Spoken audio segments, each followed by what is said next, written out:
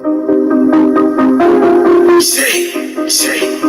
gon' separate line from jazz. You might understand me. Am is better than am. Hope is better than no me. Trap.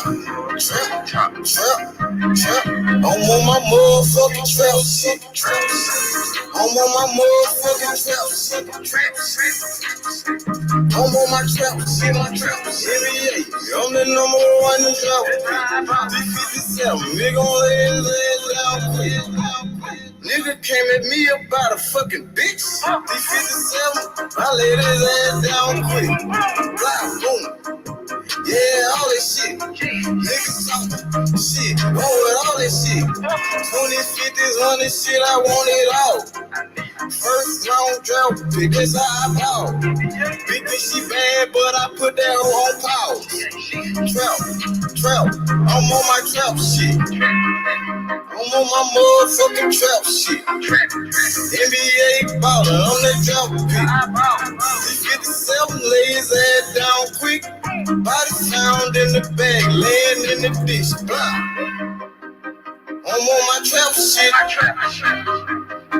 For 48 a bitch. Nigga playing with the G shit. C-Mo, you know I'm with the shit. I'm ballin', girl, paid him back in 96. Don't give a fuck about what I do, cause they don't make you shit. Granny Creek, gang bag, they trap big. I don't know nothing about shit, I'm on some trap shit. Hold the fuck up. I don't think these niggas believe in you, man. They sleeping on you. Free up, man. I thought ain't you the number one trap pick? Yeah. I'm on my motherfucking trap shit. I'm on my motherfucking trap shit. I'm on my trap shit. NBA, I'm the number one in drought. Close the door, turn off the phone. It's time for this meet. Had to grind for the shot, that's the only way on me. I'm on some trap shit, you niggas somewhere out there sleep. Trap like a drive-through, they know I keep growing mad, cause I keep on firing up that reefer. I told them faces, gotta hold it down for my people. Ballin' like a motherfucking trap pick. D57, me gon' lay his ass down quick. These scaly sandwich bad is all a nigga need. In my trap house, no sticks, stems, or no seeds. NBA drop pick, that's how I ball. 20, 50, 100 shit, I want it all. I'm on my motherfucking trap shit. I'm on my motherfucking trap shit. I'm on my trap shit. NBA, I'm the number one in drop pick.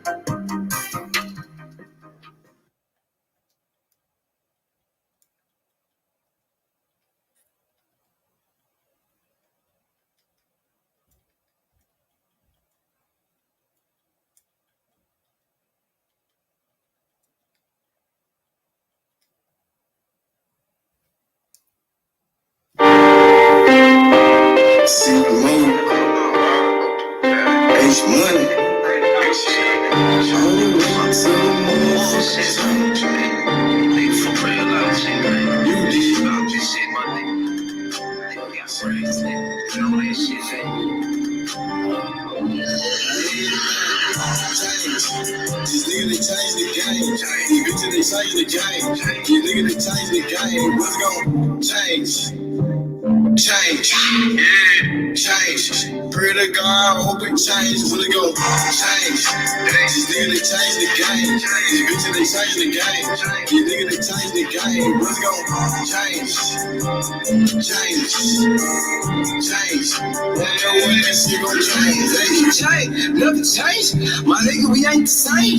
I'm married to the game. Look, 1,000 on the page. Change the game, 28 grand, I was shouting at you. Your bitches making deals, my whole fucking forfeit. You ain't get money from me, no way, go out here stacking bread. I'm getting money, stacking up, so let's go fit. Niggas gon' change. Look, y'all ain't dating. Like, nigga play the game. See my do his thing. Lord knows I can't complain. But the doing the same damn thing. You know these niggas gon' change. I know what you I need all my damn change. These niggas they change the game. These bitches they change the game. These niggas they change the game. We gon' change. Pray to God, change. We gon' change. These niggas they change the game. These bitches they change the game. These niggas they change the game. We gon' change. Wonder when this shit gon' change. Hey, she thinks she home, but she fucking change. Shit, who can she blame? What's the screw? Shut the structure. I hear in the street. This shit from nothing. These niggas they change. Yeah, it ain't the same. Nigga, no, it ain't the same. It ain't the same. Niggas change them like the world. Since the choose ass bitch fucking for blood. These niggas gon' change. These niggas gon' change. These niggas gon' change. Yeah. Shit gon' stay down through all that stress. Purchase your tracks today. Still living in finesse. Change. These niggas they change the game. These bitches they change the game. These niggas they change the game. We gon' change. Pray to God, change. We gon' change. These niggas they change the game. These bitches they change the game. These niggas they change the game. We gon' change. Wonder when this shit gon' change. Everybody understand me, you know what I'm saying? Niggas like change the year, no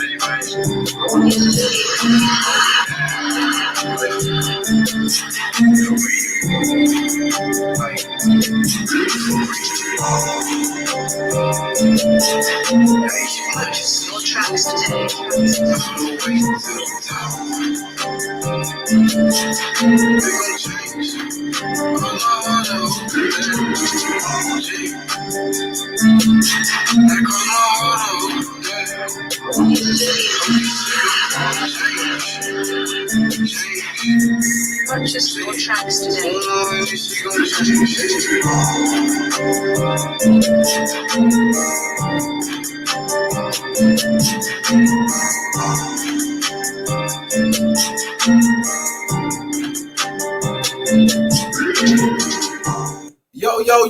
Yo, what's good?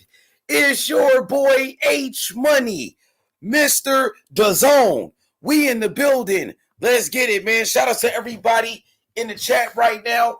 We got some live boxing. I'm excited, man. We got some good fights on right now. We got Trayvon Marshall, who's one of the best young prospects in boxing. He's a power puncher from D.C. He's from the DMV area. Yo, check this dude out, man. Trayvon Marshall. The fights are on live right now. We got some boxing live on PBC. I believe it's on FS1, Big Right Hand by Trayvon Marshall. He's a power puncher. Left hook. He's trained by Andrew Council, former middleweight contender. Andrew Council, he fought against Bernard Hopkins. Andrew Council, he fought against Winky Wright. The top guys, man. Marshall got power. Marshall on his ass right here. Marshall with the power shots. I'm going to get Trayvon Marshall on the show, bro. I will get him on the show. He's one of the top prospects in the middleweight division. Double jab upstairs, Trayvon Marshall, followed by a left hook. Let's get those likes up. We got Yoelvis Gomez versus Clay Collard coming up next. The next great champion from Cuba. We know about David Morrell. Morrell's a great fighter, but the next fighter coming up is Yoelvis Gomez. Man, shout out to my brother Alexi. He told me that, Yoel, Yoelvis Gomez is the next great fighter from Cuba. Everybody know about Frank Sanchez. We know about Ugas. We know about Morel. But the next guy coming up is Yoelvis Gomez from Cuba. So I'm going to watch Gomez coming up next. 1-2 right down the middle. Trayvon Marshall. Nice left hook to the body by Marshall. Marshall looking strong right now. Hit the like button, subscribe to the channel. Trayvon Marshall from D.C. He's a power puncher. He's a knockout artist. Jab upstairs, Marshall. Marshall's a young fighter coming up in the game. We got high hopes for Trayvon Marshall, one of the best young American prospects in boxing. Left hook upstairs, Marshall. Hit the like button, man. Merry Christmas to everybody, man. Happy holidays. Oh, my boy Brandon Lee said, Yoelvis got crazy power. Yeah, he do. He's a power puncher. He's a knockout artist. And remember, Yoelvis Gomez, his father was an Olympic gold medalist from Cuba. His father was a great fighter. And guess what? He get it from his daddy. You know what I'm saying? He knocking people out like his daddy. Yes, Yoelvis Gomez is a problem. That's why I'm watching him fight right now. I'm hearing some great things about Gomez. And the sky is the limit for this kid. He has tremendous potential. He's training with one of the best trainers in boxing, Ishmael Solas. He's learning from one of the best trainers. He's a power puncher, and he definitely can box. He got the skills as well. Power with skills, speed. They say he's the real deal. He said, like daddy, like son. My boy Andy. Word up, Andy.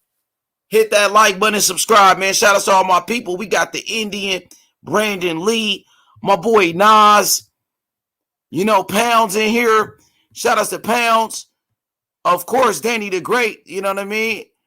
Let's get those likes up, man. I got to tune in and check this kid out. They say he's the next big thing from Cuba, so I got to check him out. I've been watching him, like, even before Alexi told me that, you know, Yoelvis was the next great champion from Cuba.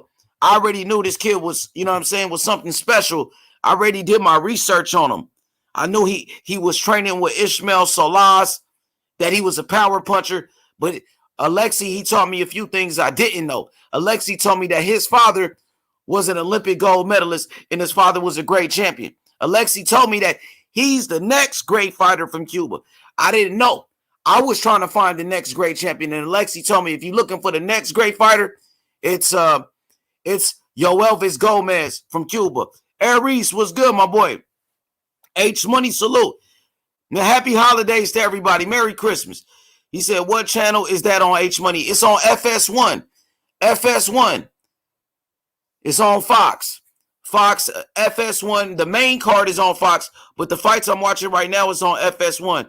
It's the prelims. And Gomez fight next. From what I know, Yoelvis fight next. Hit the like button, y'all. Brother Boxer, let me drop the link. Yoelvis Gomez, power puncher from Cuba. They say he's the next great champion from Cuba, man. He's the next big thing. So now he finally got, Fox Sports, FS1. So I'm going to say this real quick.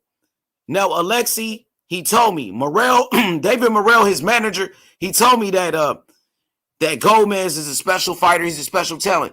Shout out to my brother, Brother Boxing Talk. What's good, Brother Boxing Talk? Salute. Happy holidays, brother. There go the link. Come holler at me. He said, chat everyone that joins this panel. Salute. Absolutely. My boy Andy. Pounds. What's good, Pounds?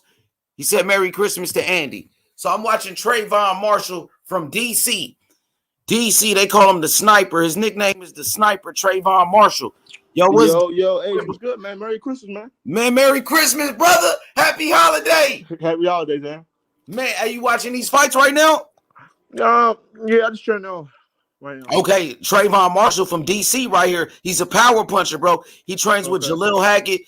He sparred Keyshawn Davis. He got some talent. He's a power puncher, and his trainer is Andrew. Oh, he just hurt him. Nice right hand by Marshall. But his trainer was Andrew Council.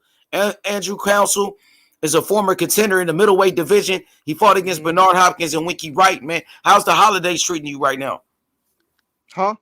How was the holidays treating you, my brother? How Pretty you good. enjoying I got yourself? couple gifts and stuff like that, bro. Like, How's this Christmas treating you so far? pretty good, man. All right, for sure, man. Absolutely, man. I hope you and your family, enjoy the holiday, my brother. I appreciate you so much, brother. Boxing Talk. We've been doing this shit, me and you, like damn near almost 2 years now, Yeah, man. Hey, we've been cooking niggas, man. Hell yeah, man. I appreciate you, man. And I know, you go to different platforms, but you always stop by the H Yeah. Money, I man. always And I support my appreciate boys, that, man. bro. Got to, bro. Hell yeah, man. So what's up? What are some of your favorite channels right now to go to? Because I know I see you on a couple. I like barbershop conversations. I like Black and Brown a little bit. I've been fucking with him a little bit more. Like I used to be fucking with like I used to go to Drew Tiny channel, but like, bro, he's a little bit toxic. Like, bro, the guys get a little bit too toxic for me, so bro, I had to cut back. He on that bullshit. And I fuck with Blue Blood, bro. I fuck with Blue Blood a little. Oh, Blue Blood be doing his thing, man. You know what I mean? Like no, hey, he be doing his thing for real. Yeah, everybody push their narratives. Like, I like to be a real boxing fan, but you gotta understand, like guys like Blue Blood, he really know these fighters. He got relationships with these guys. He got Deontay Wilder's number. He's friends with Wilder. He's friends with Devin Haney, Bill Haney. Bro, if I'm gonna be honest for real, the only person I get on the panel with is H Money. And a couple of dudes I got on the panel with talk boxing a little bit, but yeah, I know, man. I appreciate you, bro. This was a great year, man. What was your favorite moment of 2021? 21. Yeah, what was your favorite moment? My favorite moment basically was so many great moments though, man. But what was your favorite one if you had to pick one? Of like boxing or anything? Yeah, boxing, of course. Boxing. Was it Tyson Fury knocking out Wilder? Was it Canelo knocking out Caleb Plant? Was it George Kambosos beating Teofimo Lopez? What was your favorite moment? Thing with boxing was it Usyk beating up Joshua? Which one was it? Can I say? Oh shit! Marshall just cracked him with a right hand. Trayvon with a power right. Another right hand. Oh, Marshall got him hurt. Dang. Oh shit! Marshall got power, bro. I'm gonna bring him on the show. Look, remember this dude, brother boxing. Everybody in the chat, Aries, Andy Pounds. Listen, this kid right here, Trayvon Marshall, is one of the best young fighters from America. I am cool with his trainer. I'm gonna get him on the show. If y'all want him on the show, we can get him on the show. We could bring him to the platform. So give him an interview. He from the DMV area? Yeah, he from the DMV. He trained Jalil Hackett, Keyshawn Davis. Oh shit, hard right hand. He got power. Look at that. He only 22. Another right hand. 1-2. Is he the one with the pink on? Yeah, with the pink on. Oh, look at that left. What he look like so far? Okay, right hand. Oh Wait, shit. He fight like 135, 140? No, he's like a 154. I think middleweight. He might be 160 now. He a big kid. Now he fights at the super welterweight division. So that's 154. Yeah. Hit the like button, subscribe to the channel. Let's get those likes up. We got Yoelvis Gomez, Cuban sensation, the power puncher. Gomez a problem, bro. Why? I guarantee you Gomez win by knockout next. And guess who he fighting? Clay Collard from, I think, Bellator. You know Clay Collard, don't it?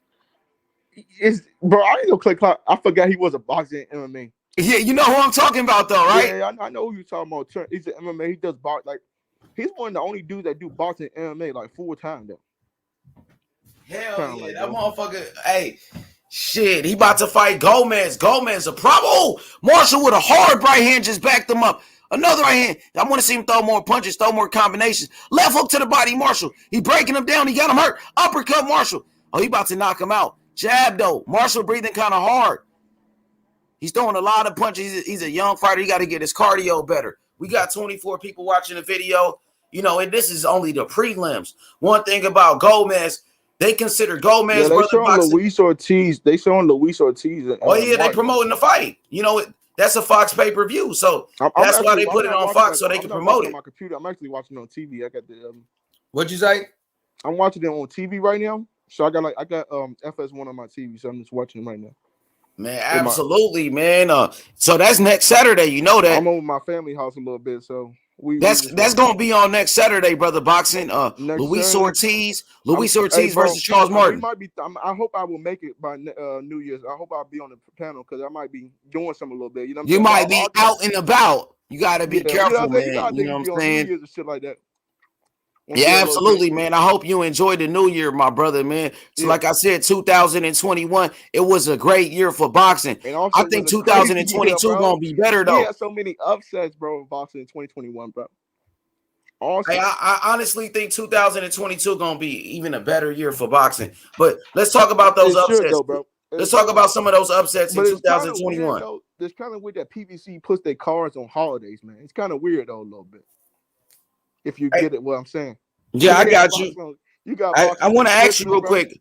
I want to ask you now, what do you feel like was the biggest upset of 2021? Since you said it's the year of the upset, was it Ugas versus Pacquiao, Kambosos versus Teofimo? Oh, Kambosos versus Teofimo Lopez. That has to be the biggest. Or because if we can't say AJ because Usyk and AJ was a really close betting line fight. I mean, like George Kambosos like a 1-10 underdog basically against Teo. And they beat Nobody Teo. gave him a chance. I think that's one of the biggest upsets in the history of boxing. What about you? Yeah, I can see that, but if Teo becomes like a Canelo or something like that, bro, then it'll be a really big upset, bro. Hey, Aries, my boy Aries said that ponytail dude taking big rights. Yeah, man, he getting cracked left hand too. He just took a big left hand. Oh, another right. Dang, Marshall looked good. You know what I like about PBC though? They put cards on the holidays, man. That's pretty cool, man. Because I'm not used to seeing boxing on holidays, man. Hey, shout outs to Mad Chad Boxing. Mad Chad Boxing. Everybody go subscribe to his channel. You know, if I'm my boy right here with the pink on, you know my boy right. Trayvon Marshall. I already knew who he was. I talked to his trainer. I would start going to the body. Because if he goes to the body, he can knock this dude out, bro. He'll get him out of there, huh? Break him down to the body. Yeah, he need to break him down to the body a little bit. Hell yeah. Hey, shout outs to Mad Chad Boxing, everybody. Go subscribe. Give me a second, brother.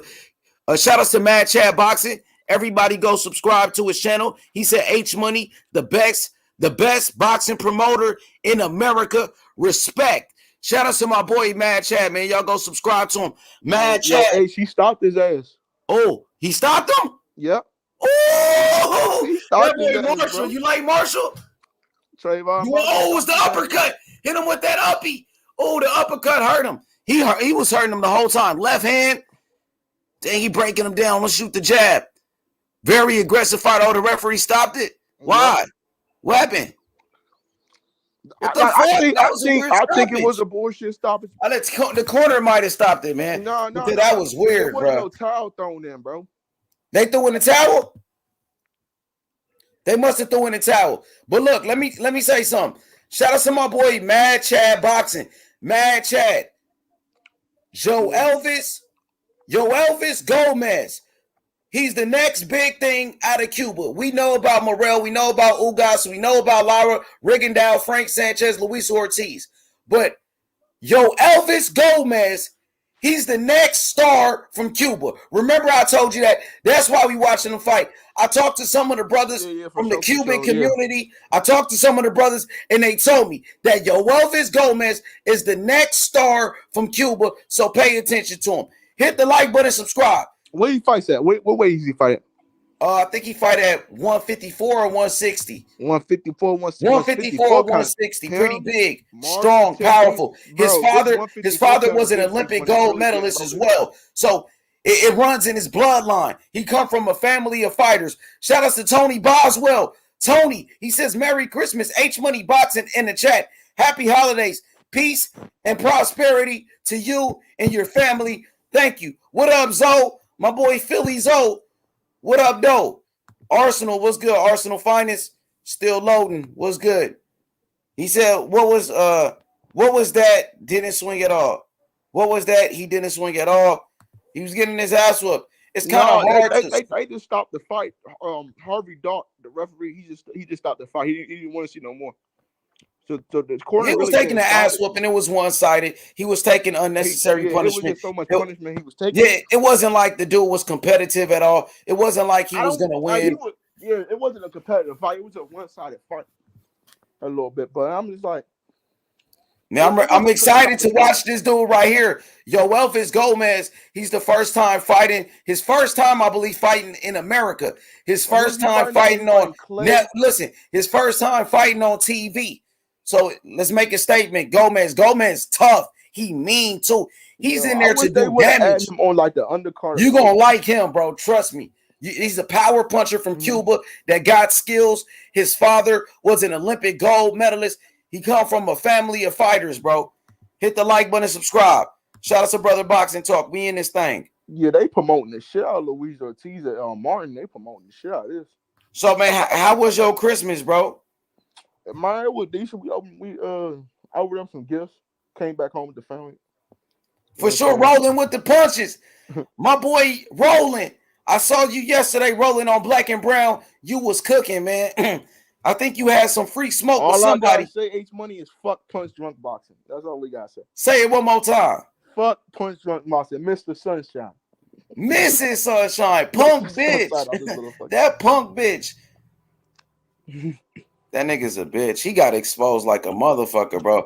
I don't ever think I seen a YouTuber get exposed like that. That's probably the worst way to get exposed.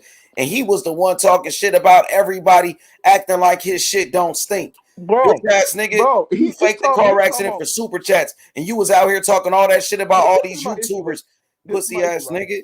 This is my issue with the guy, right? He talking about the LDBC pushing us, bro. You push so much narratives, bro. Exactly, he's a hypocrite, and he got exposed. That's why he can't say shit. Yep. He's pussy, bro. He's a bitch. He got exposed, and now he trying to act like he's a victim. Bitch ass nigga, you ain't no victim after you did all that race baiting, after you know lied about me, lied to Bill Haney, lied all of that. You's a bitch ass nigga, lied about your car accident. You faked your death for super chats just because the TO lost. The nigga's a bitch. Oh shit! Hold up, they in Atlantic City, bro. Oh yeah, Atlantic City. They used to do a lot of fights in Atlantic City, man. Especially back in the day, like in the 90s, 2000s and shit. A little mini Las Vegas, a little bit, bro. Yeah, it was. It used to be popping out there. But Toro Gotti made really famous though. Toro Gotti made it famous though, man. Damn, they out here dumping. I hear nigga gunshots.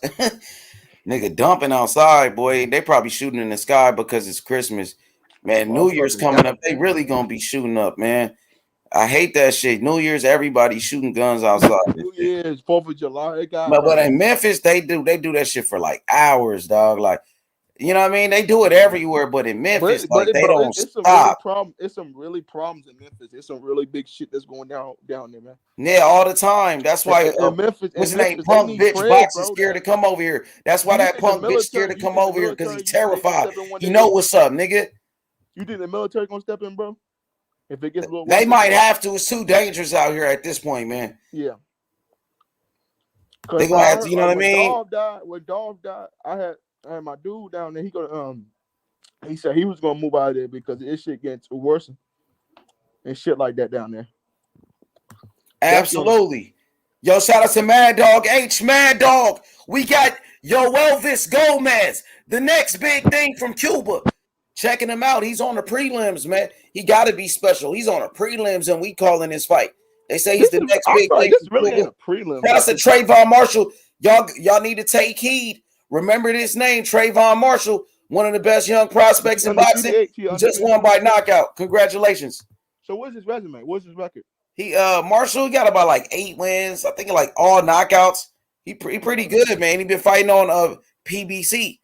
And like I said, I'm cool with his trainer, Andrew Council. Andrew Council's from the DMV, from DC. He was a contender. He fought Bernard Hopkins, Winky Wright. He was a very good fighter. And now he's the trainer of Marshall. So, you know, his trainer, I used to talk to him all the time. He would say, man, you got to bring Marshall to your channel, promote him like I'm doing the other guys. So we're going to have to get him on the channel. If y'all want him here, if you want to talk to him. Damn, he landed 127 punches in only 3 rounds. Marshall threw 252 punches. He fast as fuck, bro. Man, he threw 252 punches in only 3 rounds. That's so impressive, bro. That's impressive. He's in there to do damage, and he landed 50% of his punches. That's pretty good. So they interviewing him right now. You see Ray Flores with that red tuxedo, pretty sharp, huh? That Yeah, Christmas tuxedo, bro. he Yo, dressed to impress right now on yo, Christmas, ain't it, bro? that Christmas tuxedo he had on, that Christmas joint. He dressed to impress, but yo, shout outs to Gomez, man. Gomez got skills. Gomez Yep. now he's training with Ishmael So Salas. what time does the main card come on Fox? The 8 main o'clock? card come on in a little bit. Yeah, we gonna tune in because after we watch this fight, I'm gonna end it, and then we gonna do a live, the usual live that we do. The regular But we live. can watch the fights too. We gonna do the usual live that we do, So this and like a then we little can watch the preliminary fights. live. You know who's fighting on the undercard on the co-main event? That I'm not dude, sure. Kenny Sims Jr. You remember Okay. he beat Elvis Rodriguez, the dude that beat Elvis Rodriguez. Remember? Okay. I remember him. He trains with Bomac. Remember the dude that trained with Bomac? Yeah. So yeah, I wonder who's training him today. I wonder who's gonna train him because it's Christmas. I wonder if Bomac gonna be in his corner, or is they gonna have Coach Red and Bernie in the corner? Or the Mexican cat or the Mexican. Oh yeah, trainer. Saul, Coach Saul. Yeah. He's a real good coach too. They do a good job, all three coaches together. See, Bud got a Mexican training, and he got Bomac. So It's diverse, you know. Yeah, bro. I think really they the best. I think Bud got the best team in boxing, bro. I'm be honest with you, bro. He might got some of the best cornermen in boxing. Don't be honest with you. I think Coach Saul does a good job as well, man. Yeah. He's an underrated trainer, bro. Some of those Mexican trainers are underrated. I love the Cuban trainers, the Mexican trainers, the American trainers. I mean, Coach Saul, he really doesn't work with a lot of Mexican fighters like that. You know what I'm saying? What's good, my brother? Slide tendencies. Slide. Yoelvis Gomez. He's the next star from Cuba. Check him out. Everybody knows about Morel. We know about Frank Sanchez, Ugas, Brigandow. But the guy that people don't know, people don't talk about, is this man right here on this picture, Yoelvis Gomez. He's a knockout artist from Cuba. His father was an Olympic gold medalist from Cuba. And this kid right here, he come from a family of fighters, and he's a knockout artist. All of the brothers, they confirmed. They told me that Gomez is the next star from Cuba. If you're looking for the next champion from Cuba, Yoelvis Gomez. Morel is already a champion. Gomez is the next one. Only 24 years old. He's a beast. Let's get those likes up. Smash that like button. Remember the name, Yoelvis Gomez. And we just watched Trayvon Marshall from Washington, D.C. Trayvon Marshall with the knockout. Congratulations to Marshall. Young prospect, American prospect, man. I know the other countries, they support their fighters. Let me just say something to you, brother boxing. The other countries like Cuba, they support Morel, they support Sanchez, Ugas. The Mexicans, they support their fighters like Canelo. They support all of their fighters. You know what I mean? Why the American people, why we don't support our own fighters? Explain that. Everybody talks shit about Tank. They talk shit about Earl Spence. They talk shit about Crawford. And they talk shit about Wilder. They talk shit about everybody. Talk shit about Devin Haney. Talk shit about Tio. Why we don't support our fighters? Please explain to me, bro. Why we are the only country that hate on our own fighters, bro? Tell me. Coco the Don in the building. The Don is here. It looks like he's fighting on Top Rank. We got some boxing right now. No, he's not on Top Rank. It looks like he's fighting on PBC. This right here is his first fight on PBC. My brother Sly. This is his first fight on TV. I'm not sure if he signed to a network, but I do believe he does have some people supporting him. He does have a promoter, and he got some support right now, bro. So he's coming up fast. Hit the like button, subscribe to the channel. Shout out to the Don Coco. He said Merry Christmas and Happy Holidays. Moolah, moolah, moolah. And the Dons. Yo, Coco the Don. Yo, Yoelvis Gomez. He's the next star from Cuba. This kid is special. His father was an Olympic gold medalist. And guess what? He's a knockout artist. I guarantee you, you put on a fight right now, FS1, I promise you, Gomez gets a knockout, bro. He's fighting right now. His fight is about to start. So it might end early. You don't want to blink. Okay, my boy Sly Tendency said, I saw him on Ray Cuban TV. Yeah, he is. See, they all support each other. Look at Ray. Ray got his YouTube channel. He's supporting all the fighters from his country, Cuba. From Morel, Gomez, everybody. Ugas, everybody. Why we, the Americans, why we don't support our champions? Why we try to tear down our own fighters all the time? I don't understand it, bro. Oh, Joey Spencer fighting tonight. Ooh, Joey, that boy Joey Spencer, dog. Oh shit, Joey Spencer cold, man. What you think about Joey Spencer? He won the PBC Fighter of the Year 2 times. No, not Fighter of the Year. The PBC Prospect of the Year 2 times. He won that award. What do you feel about Joey Spencer, my brother? Oh, Elvis Gomez. Elvis Gomez, yeah. They call him Yoelvis Gomez. They call him, his nickname is La Hoya. La Hoya Gomez. He said, blink with one eye, watch with the other, or you're gonna miss it. Gomez got power and I'm telling you, I talked to Morrell's manager, I talked to Ray Cuban TV. They said that Elvis Gomez is the next star from Cuba. They said, you looking for the next star? His name is Yoelvis Gomez. So we checking him out. Matter of fact, I did my research on him before. I even met Morrell, Morrell's manager. I did my research on all the Cuban fighters coming up, and I saw Gomez. I saw that he was a knockout artist. I wrote his name down, all of that. I watched his fights, but I didn't know that he was the next big thing. But now, people like Ray Cuban TV, Alexi, David Morrell's manager, they told me like this guy is official. He's the next one. We got 27 people watching this shit already, and this is just the prelims. This kid is big time, bro. I'm looking. I want to see what this video does, how much numbers we do when it's all said and done. He said, I'm done with the BS. We got so many greats on our he said on our side. Let's get behind our boys. You right about that, bro. We got so many great on our own soil. On our own soil. You know what I mean? We gotta represent. Look at the other countries. The UK, they love their fighters. Even Joshua Luz, they still love them. They love their fighters, bro.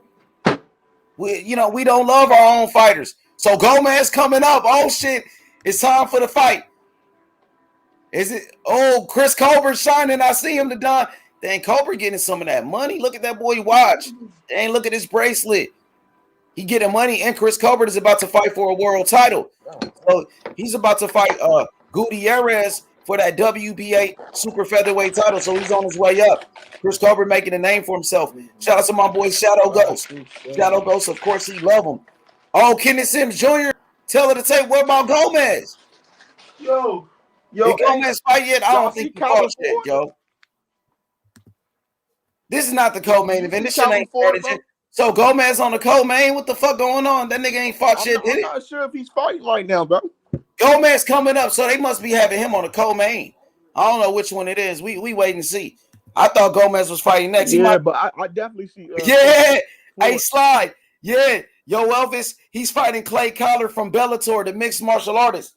Wasn't Clay Collard in Bellator? Was he in the UFC? Man, he about to get knocked out, dog. I ain't gonna lie. Oh, so this is a good fight. Oh, Coach Calvin training this dude. Yo, what the fuck? Did Gomez fight or what? Dang. So this is a 12-rounder. Let's see what happens, bro. Did Gomez fight already? I don't think he fought yet, bro. Hit the like button and subscribe. Let's see what the fuck going on. So Coach Calvin, Tank Davis, his trainer training this cat right here. Keyshawn Williams. So this is a 10-rounder or a 12-rounder. He said, Yoelvis fighting Clay Collard, solid fight. Absolutely. He said, where the Cuban? He coming up, man. Clay was my MMA dude. He's still tough. Hell yeah. Tough as shit to be a boxer. Is this going to be in the co-main event or this is just the card? Because it doesn't say. I gotta wait and see exactly what's going on, man. I gotta see, bro, because I thought he was coming up. I thought this was probably Joey Spencer. See, Joey Spencer is the co-main event. This is not the co-main. Joey Spencer gonna be on the co-main. This is a different fight, H. This is the main event right here, bro. Nah, the main event on the prelims. No. This is the main event prelims, basically. Yeah, the main event on the prelims. So the co-main event. I mean. The main I think Gomez probably on the upper card, right? Probably. Yeah, on the main card. So we gotta wait and see. I hope so, bro. Hope he ain't fight yet. It didn't show that he fought yet. People got to separate the promoters and the networks from the fighters. For sure, absolutely. He said, we got the boxers no matter who they with. Absolutely. Let me see what my brother Tony said. Hit the like button. 29 people in here. Let's get those likes up. He said, I like and support all my American brothers and support different nationalities from all over the world. They can fight. I'm a fan. Absolutely. I support all fighters from all countries, but I definitely support our own. I support the American fighters, I bro. was surprised a little bit. If you look on YouTube, all you see is, American channels hating on American fighters. That's all you see, bro. So I don't think that's a good thing. We got to uplift the sport, man. 2022, I'm going to try my best to uplift the sport. Yes, prelims. Yes. He said he on an hour, I think. What up, Paolo? PT. Paolo Tomas. What's good? Salute. Toughest G up in here. What up, Toughest? Joey Spencer, what's going on, young Toughest? He said Williams winning this fight. I'm going to go with Kenneth Sims Jr. I know he beat Elvis Rodriguez, who was a very good fighter. I know Lolo, shout out to my boy Charles Harris, Lolo the coldest. Lolo actually, Lolo sparred Kenneth Sims Jr. He gave Lolo some good work. And like I said, Kenneth Sims Jr., dang, he popping Kenneth Sims. Oh, they trade him hard shots. He counter-punching Kenneth Sims. Kenneth Sims is a switch hitter. He switched from southpaw to orthodox. But Williams is getting on first. They throwing some hard shots, bro. Damn, they going at it. It's a good fight. Kenneth Sims going to the body, making those adjustments. But Williams look really fast right now. It's a good fight. Sims is walking them down. Both fighters very aggressive. How many rounds is this one? Let's go. Hard-ass fight. They going at it, dog. Shout out to my brother Sly Tendencies. My brother Sly said Clay Collar been boxing for a bit. He's a 9-5, but he's fought some decent fighters starting out. He's really hard to knock out. So let's see what Gomez can do. Gomez got that power he's a knockout artist. That's what he does. So so maybe that's making a statement if you're Gomez by knocking out Clay Collard, a guy like you said, Sly, who's hard to knock out. It's not easy to knock him out. Absolutely. Tony Boswell said exactly. H Money Boxing. Start supporting them more. I agree with you on that. Absolutely. You look on YouTube, like I said, all you see is American YouTubers tearing down American fighters all day. They're going to shit on Wilder. They disrespect Devin Haney. Disrespect Teofimo Lopez. Disrespect Terrence Crawford and Earl Spence. And Tank Davis. All of our fighters. I wonder what is that about? Okay, shout out to my boy, Juan Rojas Gonzalez. He said, Yoelvis Gomez win. Cuba. Let's go, Cuba. Yo, Juan, did they fight yet, my boy? Did he fight already? They didn't fight yet, did it? I hope I didn't miss it, man. I don't think he hasn't fought yet. Is it coming up? Let me know. When is the fight? Y'all make sure. Let me know. Yeah, it was crazy how Wilder got booed in the first fight. Yeah, the first fight. Just look at Earl Spence. Who's hating on Earl Spence? You got your own American people hating on this kid. And then what you think the other country's going to do? If they see us, the Americans, hating on our own champion, they're going to do the same thing. Take care of our fighters. Represent, respect our fighters, bro. We only got 3 fighters. Now we only got two American fighters on the pound-for-pound list. We only got 2 American champions on the pound-for-pound list. Terrence Crawford and Earl Spence. Teofimo Lopez, he was on that list, but he ended up losing. He lost his fight, so now we only got 2. So let everybody hit the like button. Subscribe to the channel. Represent, man. He said Beck couldn't stop Clay. Oh, Beck the Bully couldn't stop him? Okay. So if Gomez stopped him, that's making a statement because everybody was saying Beck the Bully was the next great fighter. He was a great fighter, all of that. Come on. Let's go. Let's keep it real in 2022. Let's improve. Let's improve, man. Hit the like button, subscribe. Joey said, H Money, it's the LDBC fault. Bro, who gives a fuck about the LDBC? Fuck the LDBC. You know what I'm saying? Mad Chad Boxing. Just because the LDBC do something, that means we're going to do it. They don't control what I do on my channel. I don't even watch they shit. You know what I'm saying? He said most of these boxing channels are about clicks and views. They don't care about the people talking, taking the punches. Yeah, they don't care about that. Oh, this dude looked pretty good, Williams, though. But it looks like Kenneth Sims Jr. is landing more punches. 1-2 Kenneth Sims. It's a very competitive fight. It's an 8-rounder. This is a good fight. They going at it. Hell of a fight right here. Jab upstairs by Williams. Kenneth Sims Jr. comes back with a jab of his own. Remember, Kenneth Sims Jr., he beat Yoelvis Rodriguez, the Dominican Nightmare. The Dominican Nightmare, Yoelvis Rodriguez, he got beat by Kenneth Sims Jr. And people were saying Yoelvis Rodriguez was one of the best prospects in boxing. Sure, he lost one fight. It's okay. I think Rodriguez could come back, but Kenneth Sims beat him. And that was a good win for Kenneth Sims Jr. Veto Joey Spencer. Oh, my boy Brandon Lee said veto Joey Spencer. And he said, Yoelvis, fights are next. I can't wait. I want to see Yoelvis Gomez, man. That kid is special. He's a knockout artist. He got the power. He said they dropped T.O. off the list. That's pathetic because he lost, bro. When you lose, that's what happens. He lost to Kambosos. Now Kambosos is on the list. To be the man, you got to beat the man. Kambosos beat T.O. Now Kambosos is the man. Mad Chad was good. My boy Oscar said, what up to Chad? He said, make sure to like and subscribe, share, and comment. Thank you, my brother Slide Tendencies, man. I appreciate you, brothers, man. Don, Mad Chad, salute. Coco the Don saying salute to Mad Chad Boxing. Mad Chad, my big brother. Mad Chad, you know Lolo. When Lolo went out there to Colorado Springs, Lolo, he sparred this guy, Kenneth Sims Jr. He gave Lolo some good work. His dad told me Sims is pretty good. What up, Oscar? Was good. The Don was good. All right, round number 2. Sims Jr. jab to the body. Sims Jr. looks sharp, man. He can box. But so is this other dude, Williams. Williams, he came to fight too. Williams, he's not laying down, man. It's a very competitive fight. I wonder how they score in this fight. It's like it's a chess match.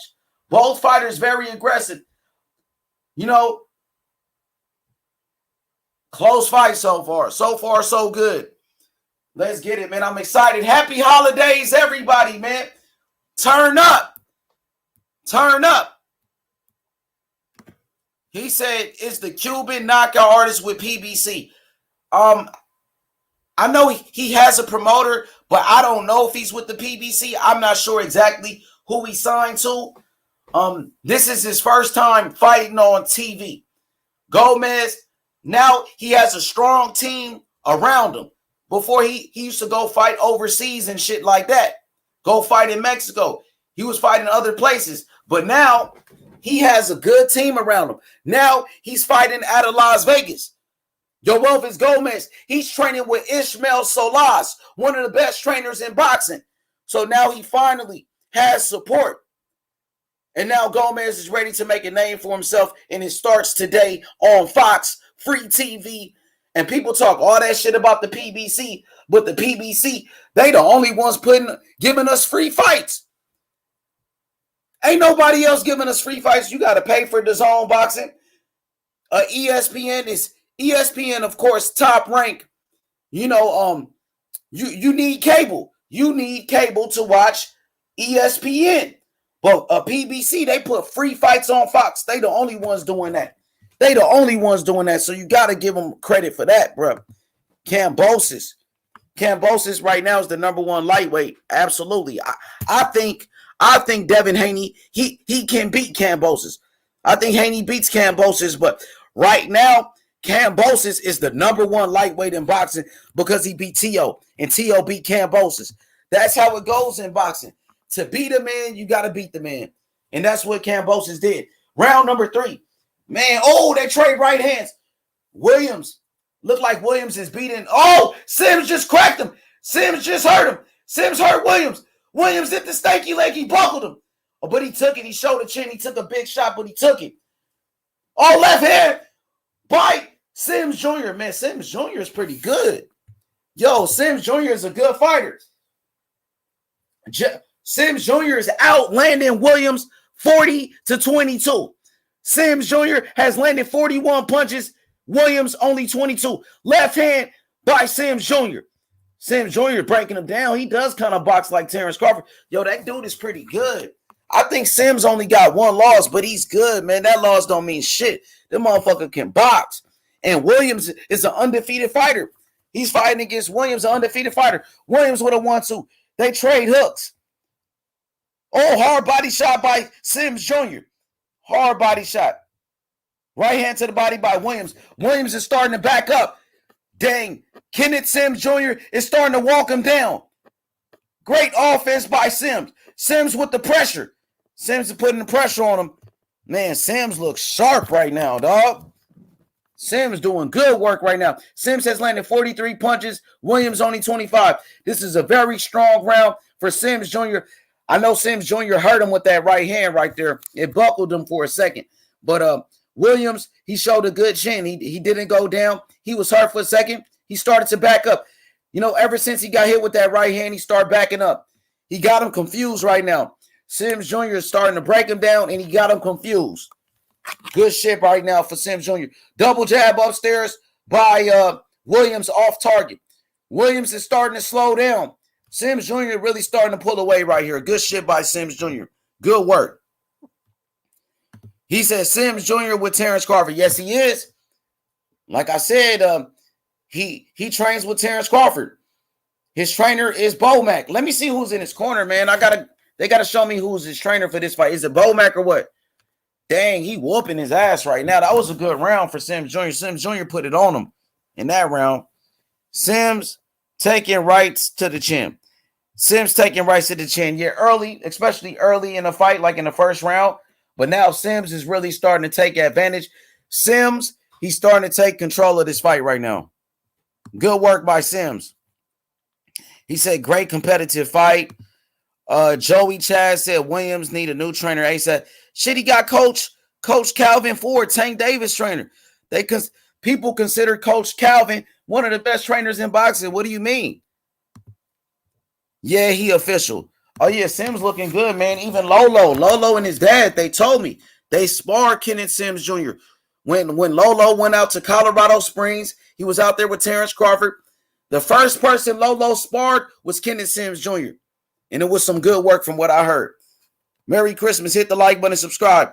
It's a close fight. I got Sims Jr., bro.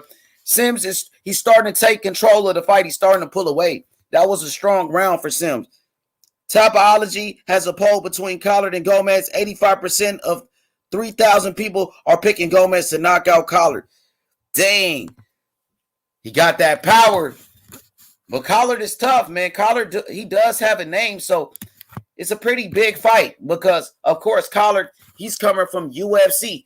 And we know when, you know, the mixed martial art fighters, they come to boxing, you know, it makes it a pretty big fight all the time.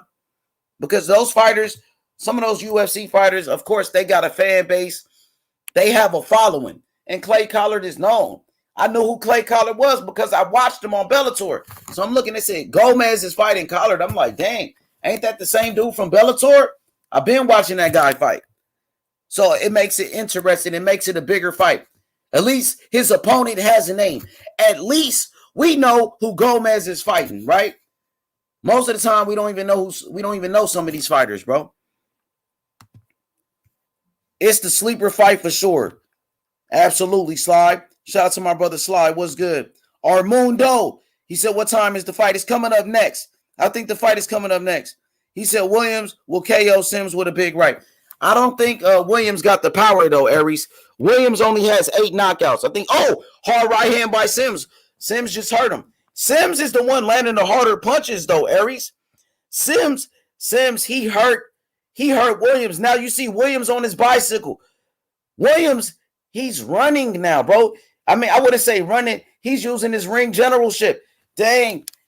He whooping his ass right now. Sims is walking him down. Sims is backing him up. Sims is putting the pressure on him. Williams is on the ropes. Williams on that bicycle for damn sure. He using that movement. But Sims is the aggressor right now, man. Sims is throwing the harder shots, and Sims is throwing more punches. Sims is taking control of the fight. Look at the highlights. Left hand upstairs by Sims. Knocked the spit out of his mouth, nigga. Hey, Sims is a good fighter. He's a switch hitter too. Underrated. Lolo and his dad told me that this dude was good. And you see it now. Right hand upstairs. Sims. Another jab by Sims.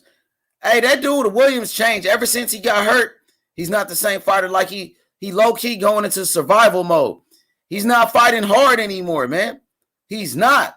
Sims walking him down. Sims got putting the pressure on him. Sims switched to southpaw. Yo, he low-key fights like Terrence Crawford a little bit. Sims whooping his ass right now. Let's go. YB. Yoelvis Gomez. The next big thing from Cuba. The next champion from Cuba. Like I said, everybody, we know about Ugas. We know about Frank Sanchez, Lara, Rigondeaux, David Morrell. But the next big thing from Cuba, Yoelvis Gomez, bro. His father, Olympic gold medalist. He come from a family of fighters, and that dude got the power, just like his dad, bro. Let's go. Hit that fucking like button, man. We turned up in here. I'm excited. YBZ, upset alert, upset. Another upset 2021. Hey, YB, that boy Kenneth Sims Jr. looking good right now. Remember Kenneth Sims Jr., he beat Elvis Rodriguez. And he's fighting an undefeated fighter right now, man. He looking sharp. So they just showed, man, PBC putting on some fights. Keith Thurman versus Barrios. That's not like the best fight, but it's okay. The undercard is pretty lit. Listen, you got Leo Santa Cruz on the co-main event. Abel Ramos, Luis Neri, former champion, February 5th. Keith Thurman, Mario Barrios. So Keith Thurman is back in the ring. They should. I felt like they could have put this fight on, on Showtime or put it on Fox, but they gotta pay these fighters, and that's the way they do it, is by putting on pay-per-view. That's how they make those fights. If they would not put that fight on pay-per-view, that fight would not happen. They have to put that fight on pay-per-view to pay the fighters. You know what I mean? But yeah, I felt like they could have put it on Showtime or whatever. But if they put it on Showtime, they wouldn't fight though, because they couldn't afford to pay these guys. So that's why they put it on pay-per-view. Keith Thurman, he's good at, selling the fight. He talk a good game, Keith Thurman. He's a good talker. Kenneth Sims Jr. is sharp as shit. He is. That motherfucker is pretty good. 147 pounds, so he's a welterweight. Hey, what about Kenneth Sims Jr. versus like a Virgil Ortiz? Kenneth Sims Jr. versus Speedy Rashidi Ellis. Those are some good fights for him. I would like to see those fights for sure. Let's get it. Right hand upstairs by Sims Jr. You right, Zoe. He's sharp as fuck right now. He's pretty good. I think he got one loss. That don't mean shit. Look how sharp he is, bro. He's smart, intelligent. He shows some power too. He shows some pop. He showed us some pop right there. He said, Thurman looking to get his feet wet. It'll be cool to see Neri. It's been a while. And imagine if Barrios wins, it'd be insane. Yeah, Barrios, man, he tough, man. Barrios coming to fight. But he's coming off a loss, right? He's coming off a knockout loss against Tank. And Barrios was at 140. Keith Thurman is a natural welterweight. We see what type of shape Keith Thurman is. He's in. Oh, shit, he just cracked Williams again. 1-2 right down the middle. Hard right hand by Sims Jr. Sims Jr. is tough, yo. He's pretty good. Absolutely. Left hand to the body, Williams. Uppercut, Williams. Williams now is coming forward. Williams with an uppercut. Thank you. Williams is finally off that bicycle. Now he's coming to fight. They going toe-to-toe. There you go. Make it a war. He's desperate. He know he got to fight. Let's go. Right hand, Sims. Right hand by Williams. Oh, it's a dog fight. They going toe-to-toe. Right hand by Sims Jr. Somebody might get knocked out. I think Sims might catch him and drop him. Sims, he's smarter, bro. Sims is very smart, very intelligent fighter. Sims about to set him up in a trap. Williams about to fall in the trap right here. Jab by Williams, wild right hand, missed it. But I like the fact that Williams is being more aggressive. He got to take the fight to. Oh, hard left hand by Sims. A hard left hand by Sims. And And Williams starts smiling. That's how you know he connected. He started laughing. This is not funny. You got your ass hit. Ain't nothing funny about that. That's how you know that shit. He felt it. Try to laugh it off. Oh, Sims whooping him, bro. I'm giving this shit to Sims. Oh, I don't see Bomac in his corner. So maybe it's for the holidays. But I don't see Bomac there. Maybe Bomac is celebrating Christmas with his family. I'm pretty sure. Then Coach Calvin, man, his fighter getting whooped right now. So Ortiz versus Martin fight week TV schedule. I like Fox. I like the way Fox does they fights. They do a good job promoting it. So, this Saturday coming up, we got Luis Ortiz versus Charles Martin. Also, we got Frank Sanchez on the undercard. Frank Sanchez, one of my favorite fighters. I can't wait for that. Barrios was not knocked out. The ref stopped it. Barrios said he was just dazed. Man, he got his ass whooped. Don't give me that. Tank dropped that nigga like 3 times, and they stopped the fight. Last time I checked, it counted as a knockout on his resume, Joey Chaz. Go look at his fucking resume. It counted as a fucking knockout. Stopped his ass. Either way, he got stopped. He couldn't continue. It's a fucking knockout. Did it go 12 rounds? No, it didn't. Technical knockout. TKO. That's what that means. Technical knockout. It's still a knockout. IB. Salute. My boy IB Joseph. Joseph, my brother. How you doing? Merry Christmas. Merry Christmas to you, H Money, and Merry Christmas to everyone tuning into your program, brother. God bless all of you. And I tell you what a wonderful year it's been, hasn't it? Absolutely, brother. It's been a great year for boxing. 2021. I'm excited, bro, for 2022. Absolutely, man. Absolutely. And I heard you rattling off the boxing schedule. I'm excited to see all the fights. I'm excited to see the production and the broadcast on mainstream Fox as well a little bit later. Yeah, and I'm excited to start the new year off with Luis Ortiz, Charles Martin, Frank Sanchez, Carlos Negron, Johnny Rice, Michael Coffey, the rematch. Yeah, I'm excited about everything. I just not all that excited that this is going to be presented on pay-per-view. Yeah, it is what it is, man. I think in order for them to certain fighters to take those fights, they want to get paid. And I guess the only way they can pay these guys is by I'll tell you the business of it, H. I'll tell you the business of it. You watching the fight right now by any chance? No, but I can put it on. What's going on? Bro, on FS1, we got Kenneth Sims Jr. Let me turn it to FS1 real quick, sir. You remember Kenneth Sims Jr.? He beat Elvis Rodriguez, the undefeated prospect. Of course. So he's fighting right now against Williams. I think Keyshawn Williams. I think he's out of Baltimore. He trains with Coach Calvin Ford.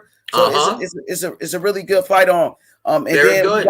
we got Yoelvis Gomez, who's considered to be the next champion from Cuba.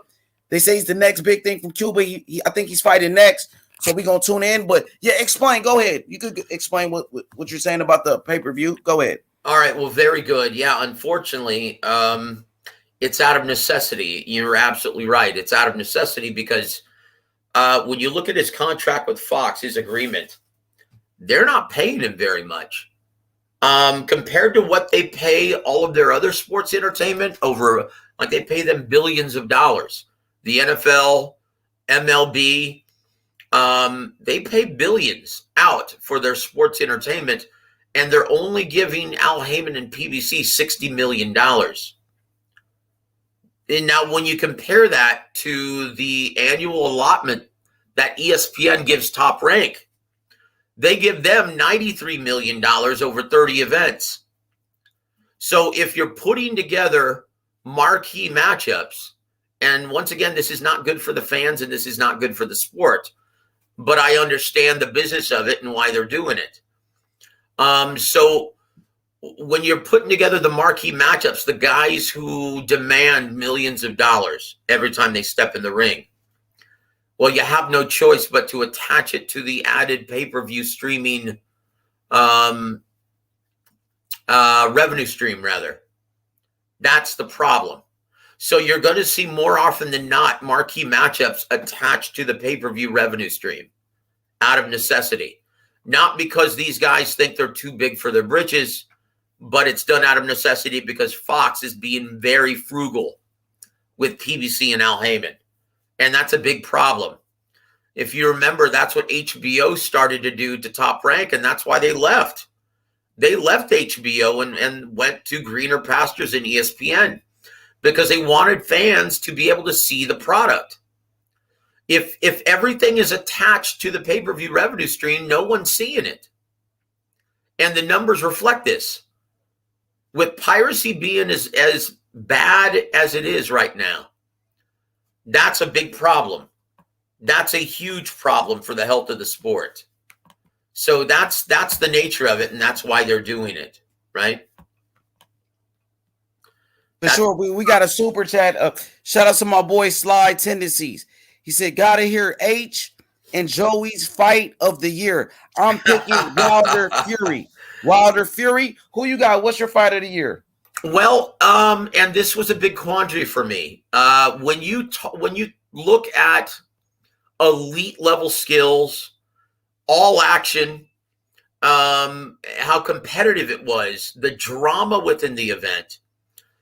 Now, when you're looking at just skills, it's hard not to go with Chocolatito Gonzalez versus El Gallo Estrada. Yeah, it's hard not to go with that, right? But when you're looking at the impact, and this is what always, in my opinion, trumps everything. When you're looking at the impact the fight had on the sport of boxing, and when you look at the positive ripple effect that Wilder versus Fury 3 had on the health of the sport, it ultimately created new fans, and everyone who saw it, they absolutely loved it, calling it one of the best heavyweight fights they've ever seen. So on that merit alone, you have to favor Wilder versus Fury 3. Even though the action and the actual fight itself was a lot more competitive and dramatic in Chocolatito versus Gallo, you have to go with Fury versus Wilder 3 because of the overall impact it had on the health of the sport. So my choice for fight of the year is Fury versus Wilder 3. Yeah, I mean, I think that's probably the fight of the year as well. But if I had to pick one, the fight that stuck out the most to me that I remember, that I can't forget, it has to be Teofimo Lopez versus George Kambosos, man. I think that was the upset of the year and also the fight of the year. That fight, I think a lot of people had, Tyson Fury beating Wilder. A lot of people expected Fury to beat Wilder, and he did. But Wilder came to fight and made it interesting. But that fight between Teofimo Lopez and George Kambosos, to me, was the fight of the year. Yeah, well, it exceeded everyone's expectations. It was so dramatic, and it was such a competitive fight. And to be honest with you, I know it's going to garner upset of the year, right? I know it is in most people's minds. But if you remember, it wasn't a shock to me. And I mean, I predicted this. I told you guys he was going to have a lot of trouble and that he might get upset, and it happened because of everything that I explained earlier. To me, the most shocking upset of the year, the one that I did not predict, and I was like, wow, you got to be kidding me, in my opinion, was Kid Galahad versus Kiko Martinez. I know it doesn't have the same platform and didn't have the same effect on the landscape of that division. When you think about it, the biggest consequence and the biggest effect, so I can understand why it's upset of the year, Teofimo Lopez versus George Kambosos Jr., because it just turned the lightweight division on its head, right? But when you look at just sheer shock value and the numbers, right? The numbers, when you when you look at the betting odds going into this event, Kiko Martinez was like a 25-1 betting underdog. And he knocked the guy out in 4 rounds? 6 rounds, maybe? I mean, he knocked him the next week. Oh, shit. Good right hand by Williams. Yeah, this is a really competitive fight. This is a really good fight. I got Sims winning. Sims is an underrated fighter. Yeah. Yeah, it's a good fight. Both, because Williams, he's undefeated. Yep. And Sims, he just beat an undefeated fighter, Elvis Rodriguez. That's right. Yep. Yep. Yeah. Yeah, well, shout out to my brother YB on the panel. Hey! Let's go, YB. Let's go! YB, my brother, man. Much Merry love, Christmas, YB. sir. Smoking Joe! Merry Christmas, YB. How you doing, brother? Merry Christmas. What's up? Who else is on the panel? Is that my boy PT? We got Paolo, young Paolo. PT! Salute to everyone. Merry Christmas. Merry Do the Christmas thing, to you, PT. Paolo. God bless Do you, the brother. thing. Have a good one, mate. Yo, special shout out to my boy Ray Cuban TV. Everybody, subscribe to his channel right now. Joseph, subscribe to Ray Cuban Yes, sir. TV. I sure will. One of my favorite channels on YouTube. Yoelvis Gomez. The My boy next got some good star. content. My boy got some great content. Is that young content. Bill? Yeah, that's me. Merry Christmas, my brother. Merry Christmas. Merry I Christmas, apologize. Smoking Joe! I apologize. We had to cancel our show on Thursday. And my hernia is terrible. In fact, I'm actually doing this show right now on your podcast, laying flat on my back. I already know, man. It's all right, Big Joe. Get better. Get better. Thank Get you, my better. friend. Get better. Thank you, brother. Get better. We got Thank you, dude. AJ coming to town in January of 2022. That's right, and that's coming very shortly, man. Big Very AJ. shortly. AJ. You know, I'll say this, man. Those British Ryan's in the fans, camp. Three times. are brutal, man. They're very emotionally driven, and God bless them. That's what makes them such great avid fans. But man, they're brutal. I went on for a brief moment because I had a disagreement with Julius on Ring TV. Yeah. So I went on his podcast and basically, talked to him about the business. We had a discussion. It wasn't a debate, right? But his fans from the UK, boy, they took it like I was a rival, like I was the enemy. I'm like you disrespected somebody. Could disrespect fans. Some fans are bitches, bro. I gotta be honest. You know what I mean? Yeah. Like, What was the boxing? if you disagree with somebody, oh, he's a bad person. Oh, he's not good. Yeah, so it was weird, man. I'm like, it's look, weird, guys, right? I'm like, look, both Julius and I, we have a lot of mutual respect for each other. I respect the work he does. He respects the work that I do, and we very seldom disagree. Oh, Sims Jr. had him hurt. Oh, dang. Yep. He had him out on his fifth. Sims Jr. whooped him, bro. Yo, Kenneth Sims Jr. is an underrated fighter. That dude is special, bro. He sure just is. An undefeated Yep, guy, he bro. sure is. Chi-Town. Oh, he's from Chicago. That dude is tough. Chicago Yo, he represents. put on a Yep. great performance, Kenneth bro. And you know what? With these two victories, Mhm. he is, because he's going to get the nod here. With these two victories, he is just doing nothing but gaining confidence, right? Like, even though he's got 2 losses on his resume, he is brimming with confidence. I wouldn't want to fight this cat in his next fight. No. Coming off 2 big wins over 2 of formerly undefeated fighters. Right. So look at him. He is Right. brimming with confidence. He's talking Brimming. shit to the crowd. Yeah, this is not a guy. He's a spoiler. This is not a guy that you want to fight if you're a prospect coming up now. Yo, I want to see Virgil Ortiz fight this guy. I want to see Boots fight him. I want to see He's one of got those good guys. hands. You know what? I like that fight. But you know, isn't he competing at 140? No, he fights at 147. This was a It's welterweight fight. 147. This Unless was he at moved welterweight. back. Okay. He might have probably was his first fight at 147. But I would like to see him fight against Virgil Ortiz. I know Virgil Ortiz is about to fight a guy named McKinson from the UK that I never heard of. This guy, Kenneth Sims Jr., he just beat an undefeated prospect in Elvis Rodriguez, who was considered possibly a prospect of the year, and whooped his ass. And now he just beat another undefeated prospect in Williams.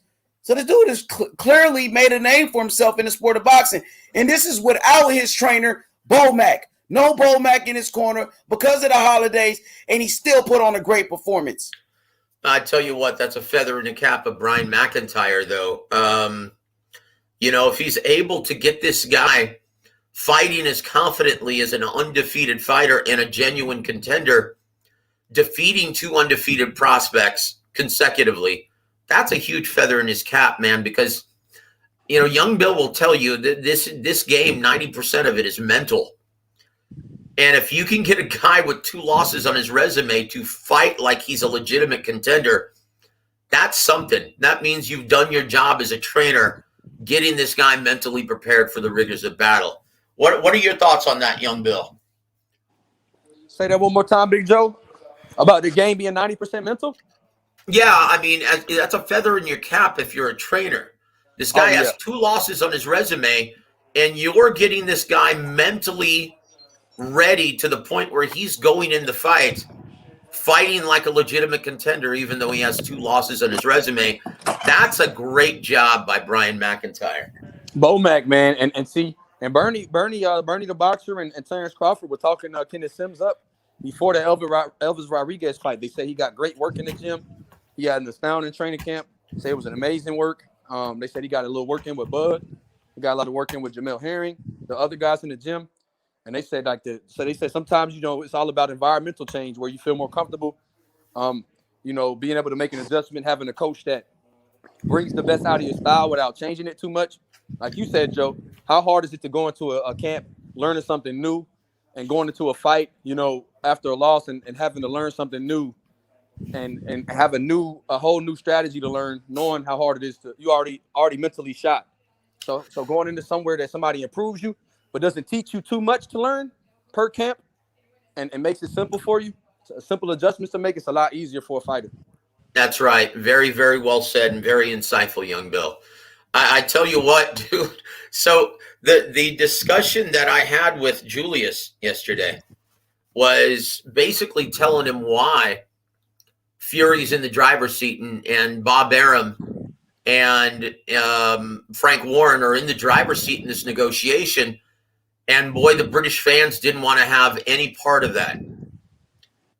They're claiming that Tyson Fury is not a big draw in the UK, and Dillian White deserves the 45% of that purse. Bro, I'm sorry, bro. Fuck those bitch ass channels, bro. Like, let's stop giving these guys light on this platform, man. These guys are My clearly, apologies, brother. they're not That real wasn't my boxing intent. fans. These guys are not real boxing fans. That's the Let me Eddie talk. Hearn Let me fans. talk, brother. Let me talk. Motherfuckers are not real boxing fans. They're clearly Anthony Joshua fanboys and fangirls that's pushing a fucking narrative to hate and shit on fighters like Tyson Fury. Eddie Pushing Hearn narratives, fans. bro. Yeah, Fuck that those wasn't fans, my bro. intent to give them any Yeah, shine. I got you. My intent, though, was just to say that your boy actually did a good job and actually won. Oh yeah, you cooked the fuck out that boy. Yeah. And once again, I think that dude is very smart, and for never being in the business, he has a very good grasp. But it wasn't him. He was very respectful. It was the fans. Boy, they didn't want to have any part of it. They were saying I was capping on the hate air. Tyson Fury. Tyson Fury Yeah. is one of the champions that are hated, just Yep. like an Earl Spence who's hated. You know what I mean? They give him shit here, they do. They hate don't Tyson like him. Fury just because he's the best. That's When why you're he's the fighting best, in America. listen, when you're the best, they will hate you. They Yep. will hate you. Look at That's it. Mayweather. Look at Mayweather. Look at the hate that when T.O. was on top. Look at the hate that T.O. was getting. You know, it's no different. It's the same shit going on, bro. Yeah, So- and once again, man, it's their lack of knowledge of the business. Look, that's like saying that Mayweather after the De La Hoya fight wasn't a huge draw. That's like saying, hey, look at his Arturo Gatti numbers. Look at his Zab Judah numbers. Look at his numbers with Carlos Baldemir. Those pay-per-views didn't do very well. But that's not how you negotiate within boxing. Let's wait for the decision here before and I'll finish. Absolutely. We're looking at the decision. Kenneth Sims Jr., unanimous decision, just beat another undefeated fighter. Yo, that dude is tough. So Sims got 2 losses, 1 draw. Has he been knocked out? I'm not sure, bro. It probably was controversial losses. But this kid is clearly making a name for himself. He's a very good fighter. I don't care how many losses he got. That dude can fight. Well, I'll tell you his resume. I have it pulled up right now. He's got a split decision loss to Romer Angulo. And then he has... Oh, no, I'm looking at Anthony Sims. My apologies. Kenneth Sims. Okay. Sorry about that, guys. It's okay, Kenneth brother. Sims Jr. Box rec. Let's see. I've got it pulled up right here. He's got a unanimous decision loss to Samuel Taya and a majority decision loss to Rolando Chinea. But once again, his last loss was in 2018, and since then, this is now his 4th consecutive victory. So he is brimming with confidence at this point. You have to credit the job that Bomac and everyone in that camp has done with this kid. He is now fighting like an undefeated contender.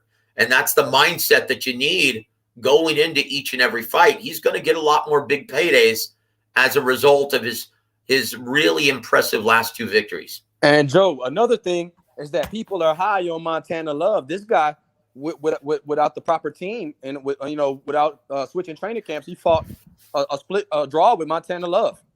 Yep, so, that's right. Kenneth Sims had a draw with the budding talent in Montana Love, which is that's another fighter who's really making a lot of noise right now, and he's fighting with this air of confidence. Right, confidence is everything going into the ring.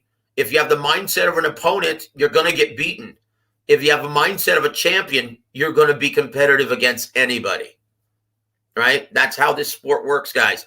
But going back to my conversation regarding the Tyson Fury Dillian White negotiation, unfortunately, Eddie Hearn and Dillian White are catching Tyson Fury at the wrong time.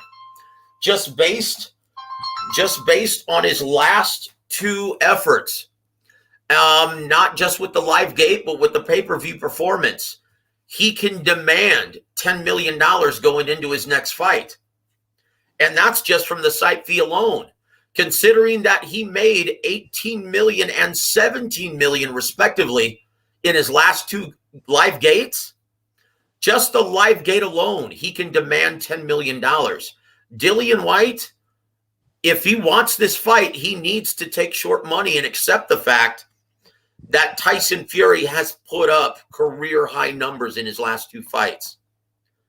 Now, whether or not that's a product of just being a part of those 2 big fights, that remains to be seen. Okay, but that's not how negotiations work in boxing.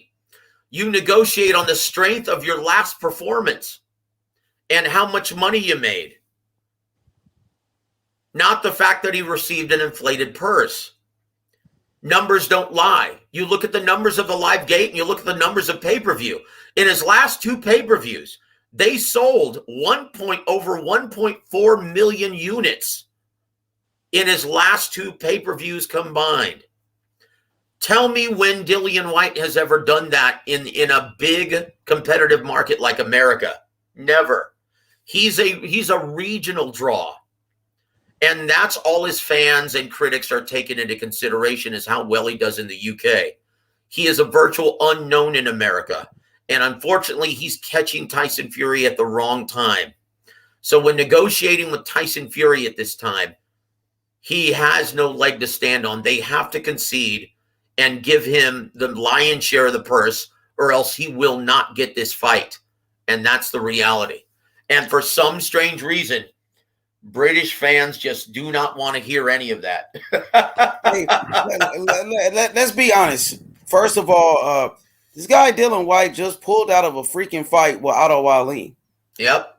The dude clearly avoided Otto Wallin. Well, give him the benefit of the doubt. He says it was an injury. And look, say it was an injury, but why they didn't reschedule the fight? Instead, he wants to go do something else. Why not fight this dude Otto Wallin? You put him through a whole freaking training camp and all of that, and then you pull out the fight.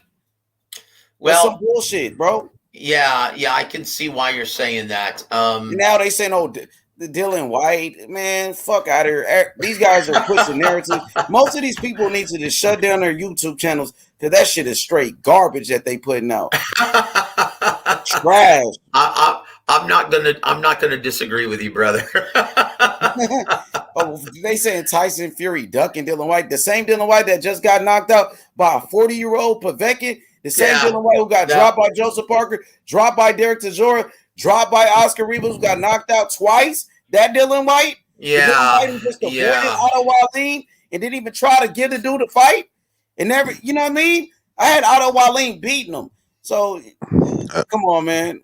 Let on those other channels talk about that crap, but I'm happy you clearing it up, though, Joseph. Thank you for clearing it up. Well, The people are lying, I'm bro. doing what I can, brother. But you know what? It's funny. Fans across the pond, they're just not humble enough to listen. Like, you can tell them the truth. You could tell them that the sky is blue, and they're going to argue with you that it's gray.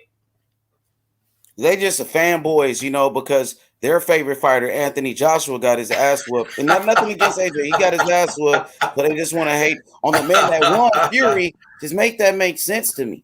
Fury's clearly the top dog. Whenever you at the top, people try to bring you down. That's all it is. Eddie Earn fans. Nobody even cares what those weak ass channels are saying. That's why, you know what I mean? I understand. Boo boo ass channels. You know what? And I'm not going to disagree with you there, brother. Take a shot for me. Take a shot to that. Oh, you know what, man? I had my shots on Christmas Eve because I was in severe pain. So I'm a little hungover, man, while I'm visiting with all of you. Take a shot for your boy H one time, man. I sure will, brother. Hold on. Let me get my bottle, man. Get your bottle. My boy Sly, my guy. What's good? Yo, what's up, guys? What up, How you doing, Sly? Merry Christmas, brother. Merry Christmas, guys. Merry yeah, Christmas, man. Sly. I heard Joey a little bit talking to Julius yesterday, and Julius, he's got some good comments here and there, but he's the kind of dude that'll like be all hype on a fighter one day, and the next day it's totally different. It's I never liked him and this and that. Like he was talking about, like he did an interview with Andrade, telling him, everybody's afraid of you and this and that, and everybody's ducking you. And now he's doing videos saying Andrade's ducking. So and unfortunately, it's almost like he's pandering to his audience a lot. But I have a lot of respect for that guy. Yeah. I have a lot of respect for him. I have a lot of respect for the work that he does. It's just that he panders to his audience a little too much. And look, longevity is key here. The only way you're able to stay in this business for 20 plus years is if you're objective and if you're fair. And that's something, regardless of what people think about me, they can never say that I'm not objective and I'm not fair. I give credit to where credit's due, and I give criticism where it's due. That's the key to longevity, and that's one of the primary reasons why I frequent H Money's channel. So God bless you, brother. We was all going into thinking that Tio was going to wax this dude in one round, but when Kambosos won, H wasn't acting like it was a robbery or anything. Like he gave dude his credit. You have to. If you want people to respect your opinion, you have to be objective and you have to be fair, and that's the bottom line. These people calling Fury a coward and shit. Like, I'm just like, you guys are nuts, man. Y'all Fury will beat the dog shit out of Dillian White. No they just pushing the narratives. They're pushing. They hate Fury. They don't like Fury because he's on top. You know what I mean? They're trying to knock him off. That's all. Fury a coward, but he fought Wilder 3 times. Stop playing. Yeah, exactly. Yeah. He fought Wilder 3 times on his terms. You fought Klitschko, but you a coward, bro. Yeah. I went to his backyard to beat Klitschko. They're going to his backyard, beat Klitschko. Why beat? Do you like I done Deontay? Went to his backyard, beat Deontay. He wasn't running from nobody, man. So I was dying. I was like, you guys are freaking, come on, man. Guys, can anyone stomach another episode of Brian Kenny trying to debate with 2 of the sharpest guys in the boxing industry? One of the smartest, most knowledgeable trainers of our generation, Joe Goosen, right? This is a guy who's been through it all and knows it all. And Brian Kenny is trying to argue with this guy? He's out of his mind, dude. Oh, my gosh. Like Floyd Mayweather told Brian Kenny, you're a master of nothing. You're good at everything. You're a master of nothing. You're a jack of all trades. You're a master of nothing. And he's right on the money. He look, and just like the UK fans, right? They know enough where they're convinced that they're right, but they don't know enough to understand when they're wrong. Yeah. That's Brian Kenny. Brian Kenny. Oh, gosh, man. Oh, jeez. That's highlight of the year, watching that. If you haven't seen that, go back and watch Mayweather just bury that dude. Oh, I loved it. I loved every second of it. He's got a high tolerance for abuse, that's for sure, because he's always having people on smashing him. Well, maybe that's why he still gets the big assignments, because I can't understand why. Yeah, it's insane. People still mess with that. Tell you what, I would love to have that gig, man, and sit alongside Lennox Ooh. Lewis and Joe Goosen, and I guarantee you, I'd call the action better and be a lot more respectful to guys who have been through it all. Yeah. Shit. You don't be telling, like, it's one thing to tell someone they don't know how to do their job, but when you're telling a dude who punches people in the face for a living, Joe Goosen tried to beat up a doctor one time in the middle of a I fight. remember that, wasn't it? Who was fighting your boy? Dude, the Joe dude, what's his Goosen don't name? fuck around, man. The dude that knocked out Mickey Bay. What was his name? Ah, shit, I can't remember. What's his name? But... The motherfucking Terrence Crawford beat him. You know, he knocked out Mickey Bay. The one cat, you know. Oh, wow. Oh, the guy who's a police officer now. Yeah. Mickey Yeah, Bay got knocked out. he's now a police officer in the West Coast. Yeah, what's his name? The guy who Terrence Crawford whooped his ass. Yeah, Terrence Crawford whooped his ass. It was who his name? I'll look it up just one second. I'll tell you exactly who it is. But yeah, it was John Molina. John Molina Jr. Yes, I remember John that. Molina Joe Jr. Goosen crazy as fuck, bro. Yeah, Joe Goosen's doctor told Joe. I remember Joe that Goosen's gonna, shit. He almost got stopped the fight, and Joe Goosen was like, "Get out of here!" To the doctor. Yeah, he let him go. He let him go in there and get knocked out. The referee was trying to stop. He's like, "No, fuck that! I'm about to put him back in there." He cussed out the ref, and then he put him out there, and his fighter got knocked out. That was against. That was what fight was that, man? Man, somebody that guy was whooping him, bro. And his trainer was like, "No, keep him in there." Because one thing about Molina, he was known for losing fights and coming back and getting crazy knockouts, like he did Mickey. Yep. Was that against Lucas Matisse? It might have been. I think it was against. It was Lucas Matisse. Lucas Matisse. Yeah, that was a fight of the year at the StubHub Center. Fight. That was 2 weeks or a week before Mayweather Maidana in 2014. That was a knockout in the 11th round, but both guys had been down. Like Matisse had been knocked down in round 2 and 5. God. Yeah. So I can understand why Goosen wanted that to continue. Like it was anyone's fight at that point. Jeez. But he just wanted his fighter to continue. So one thing about John Molina, he was getting his ass whipped by Mickey Bay for 10 rounds. And then the dude in the final round knocked out Mickey Bay. Guys, and he did that another time. So that's why he felt like his fighter, still had a chance. Let me tell you, H, that fight broke my heart. I was doing publicist work for Mickey Bay Jr. at the time. And that fight broke my heart. From ringside, do you guys realize how difficult it is? When you become close to a camp and you're doing work for them and you feel like you're a part of the team and you're part of the family. Yeah. And you see your guy, it's almost like watching your brother get his ass whooped in the ring and there's not a damn thing you can do about it. You can't jump in and help him. You're just there to sit there and be a bystander. Do you realize how difficult that is? That's ultimately why I had to quit doing publicist work. I found myself getting too close to the fighters and not being objective.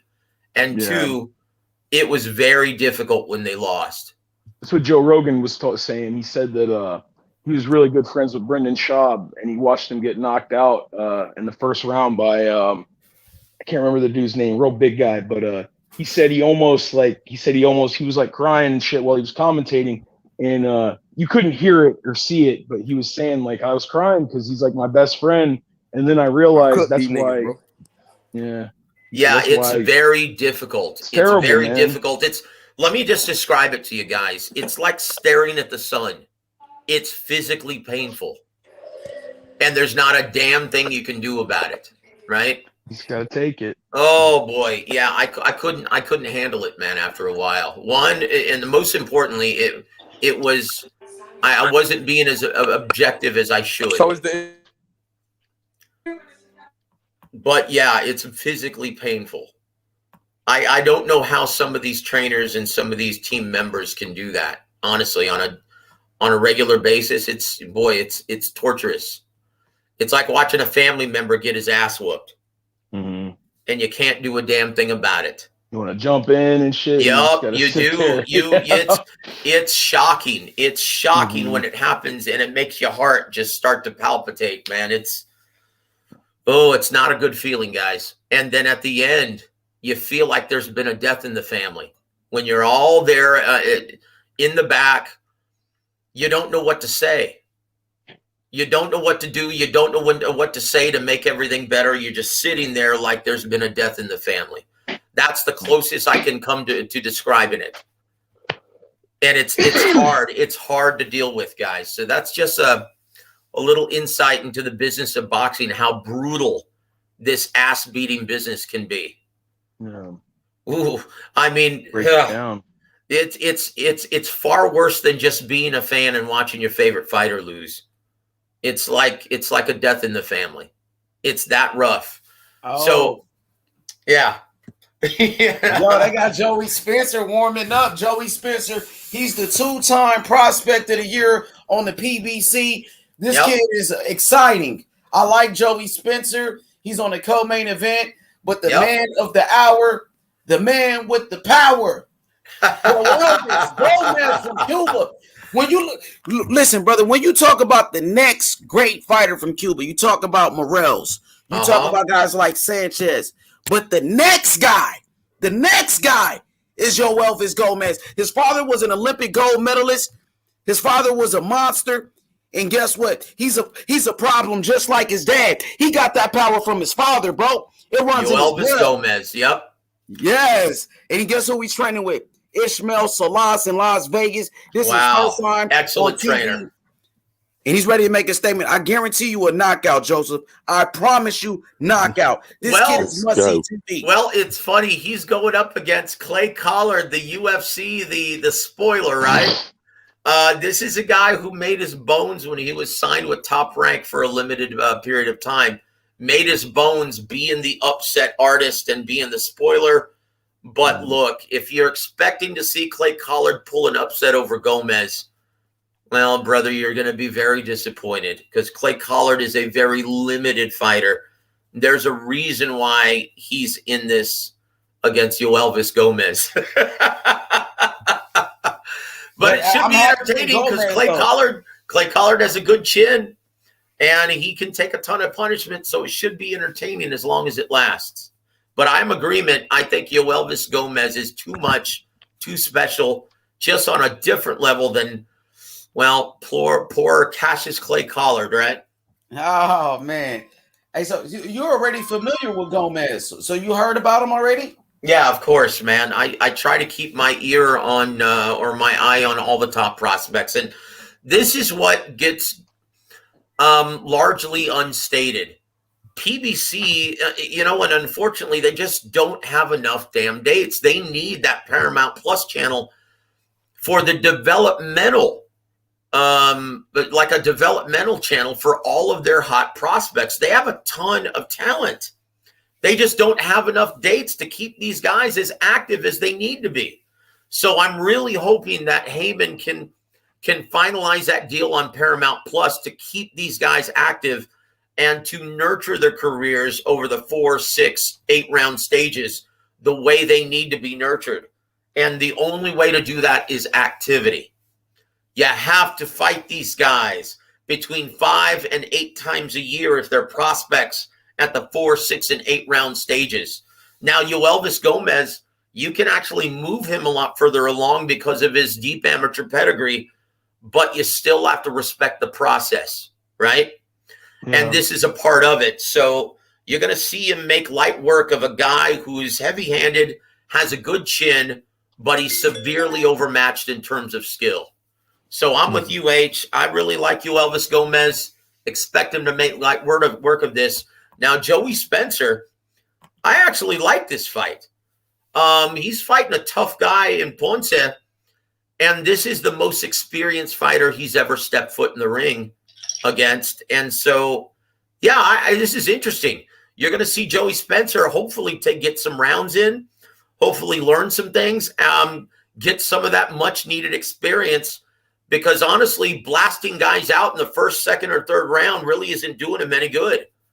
I want to see him go some rounds. I want to see some more wrinkles to his game. I want to see him have to pull out some of those skills that he has rather than just see him lay someone out, right? So I'm really looking forward to this fight. This is the most experienced fighter that Joey Spencer's ever been in the ring with.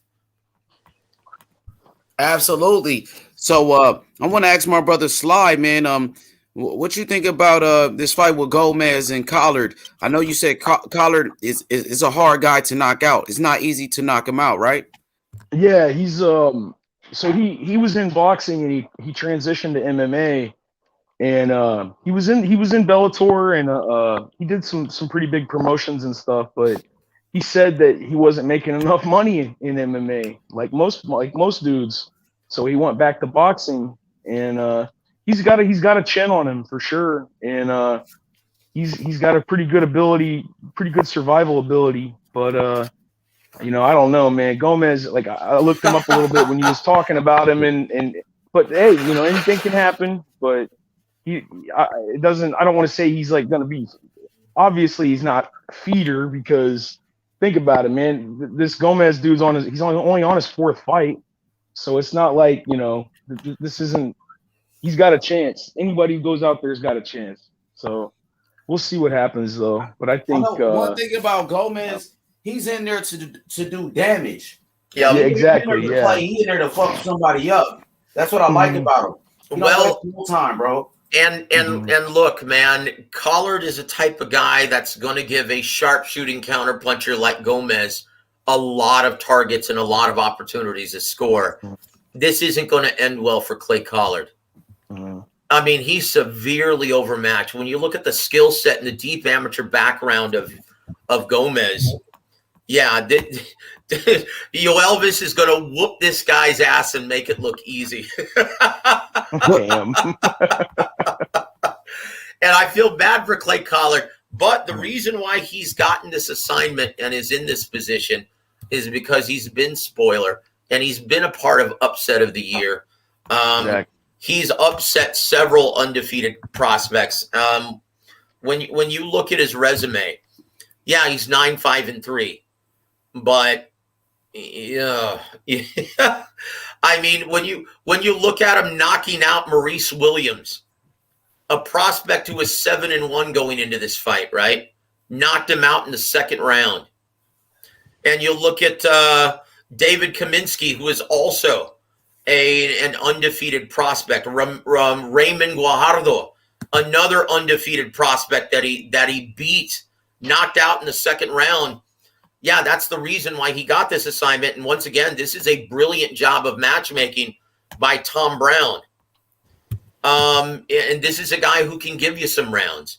This is a guy who can take your best shot and keep coming. This is a guy with heavy hands that you have to be careful. But you're going to see Yoelvis Gomez just perform surgery on this guy. He's got so many holes. He doesn't have a great defense. And yes, he's durable. And yes, he can pull off the upset, but not against Yoelvis Gomez. Yo, did Gomez fight already or what?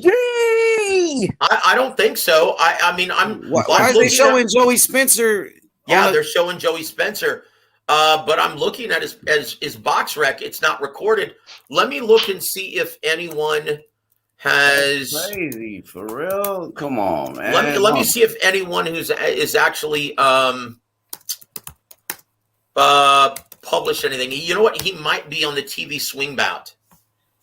Come on, man. He might be on the swing bout. No one's reported anything yet. He's supposed. I mean, I thought this was the co-main event. What the fuck is going on? Yeah, that's what I thought as well. This might be on the TV swing bout. Right? Yeah, it might have him last, and don't be surprised if it is. Look, guys, I've been part of teams that have been on swing bouts on TV, and it's brutal. So you have to get ready, you have to get warm, and then all of a sudden they say, "Hey, you're the TV swing. We're going to have to put you at the end." So you have to wait there, and you have to wait, and you have to wait, and you get cold again, and it's impossible to get warm and to get the best version of yourself. That's a huge problem, right? Especially if you're a rhythm guy who depends on being warmed up before you step foot in the ring like Yoelvis Gomez, right? If he's the TV swing bout, that's a brutal slot to have. And if he hasn't been shown already and they're going right into Joey Spencer, don't be surprised if they're keeping him until the very end of the broadcast, which is a brutal place to be. Yo, that's crazy. So, damn, this is the co-main event right here. So, I wonder how this thing goes, man. You think they're gonna play it on Fox, like, or what? They might be saving him for the TV swing bout on Fox. Don't be surprised if they are. Okay, in case there's a quick knockout on the in the Keyshawn Williams fight, or I'm sorry, in the Vito Milnecki fight. If there's a quick knockout, they're going to make him the TV swing bout. Or if there's I don't. Well, how many fights are going to be on the Fox? It's 2, right?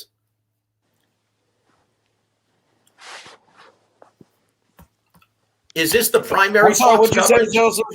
Is this the primary Fox coverage? Yeah, it's on Fox now. It went to a regular Fox, free TV. Okay, Now, let me switch it over, man. I Let me switch understand. it over. You know, I don't like some of those pay-per-views they're putting on, but at the same time, the PBC, they are giving us free fights, and they're the only people in boxing. They're the only network in boxing that's giving us free fights for the boxing fans. Well, ESPN. You mean No, today? ESPN, you need cable though for ESPN, Joseph.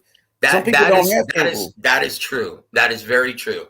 Some people can't afford cable, right? So some people That is true. Let me ask you this: what do you think, H, about Keith Thurman and Mario Vargas being pushed to February 5th when Ramirez versus Pedraza is going to be on free ESPN on the same day? I'm watching that Jose Ramirez fight versus Pedraza, man. Hell yes, that is a better fight. That is a great fight, and it's for free. Now, I don't know if it's a better fight than Keith Thurman versus Mario Vargas, but for the money, yeah, I'm going to be tuning in for free. I'll watch the replay of Keith Thurman. Look, this is a undercard fight. We're talking about Yoelvis Gomez, who's fighting in only a 6-rounder. We have over 50 people watching the video right now for this guy. Yep. That means people from Cuba, they support him. His country, they support him. He's a star in his country. You know what I mean? He's a star. His father was a gold medalist. So the fans, they're tuned in. I've never called a prelim fight like this, you know, for a fighter. And it looks like the people that are tuned in, they got a lot of high hopes for Yoelvis Gomez. They think this kid will be the next star from Cuba, you know, along with David Morrell, of course. They say he's the next guy. Yep. And I like the fact that he's training with Ishmael Salas. I think Ishmael Salas, he possibly is the best trainer in boxing. You know, he trains Yordenis Ugas, who just beat Pacquiao. He trained Joe Joyce. Joe Joyce, of course, who beat Daniel Dubois. You know, he got a lot of fighters. He got Yoelvis Gomez. Who else he got over there? Man, he got so many fighters, bro. I lost count. Yep. Look, and I guarantee you, just from you stating this and looking at Joey Spencer's resume, unfortunately, Yoelvis Gomez has received the TV, the swing bout, where if Joey Spencer takes care of work, takes care of business in a very short manner, you're going to see them squeeze in Yoelvis Gomez versus Clay Collard in between, right?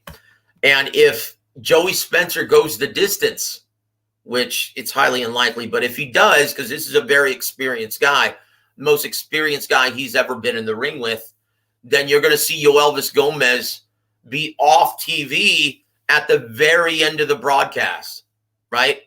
That's what's called the TV swing bout, and it's a very unfortunate situation for Yoelvis. For sure. So if you want to see Yoelvis Gomez, you keep your fingers crossed and you say a Christmas prayer that Joey Spencer takes care of business in a very short manner. I'm not sure he will, though. You know, he's stepping up in competition now. He's a young fighter. Limberto Ponce is a very tough, experienced guy.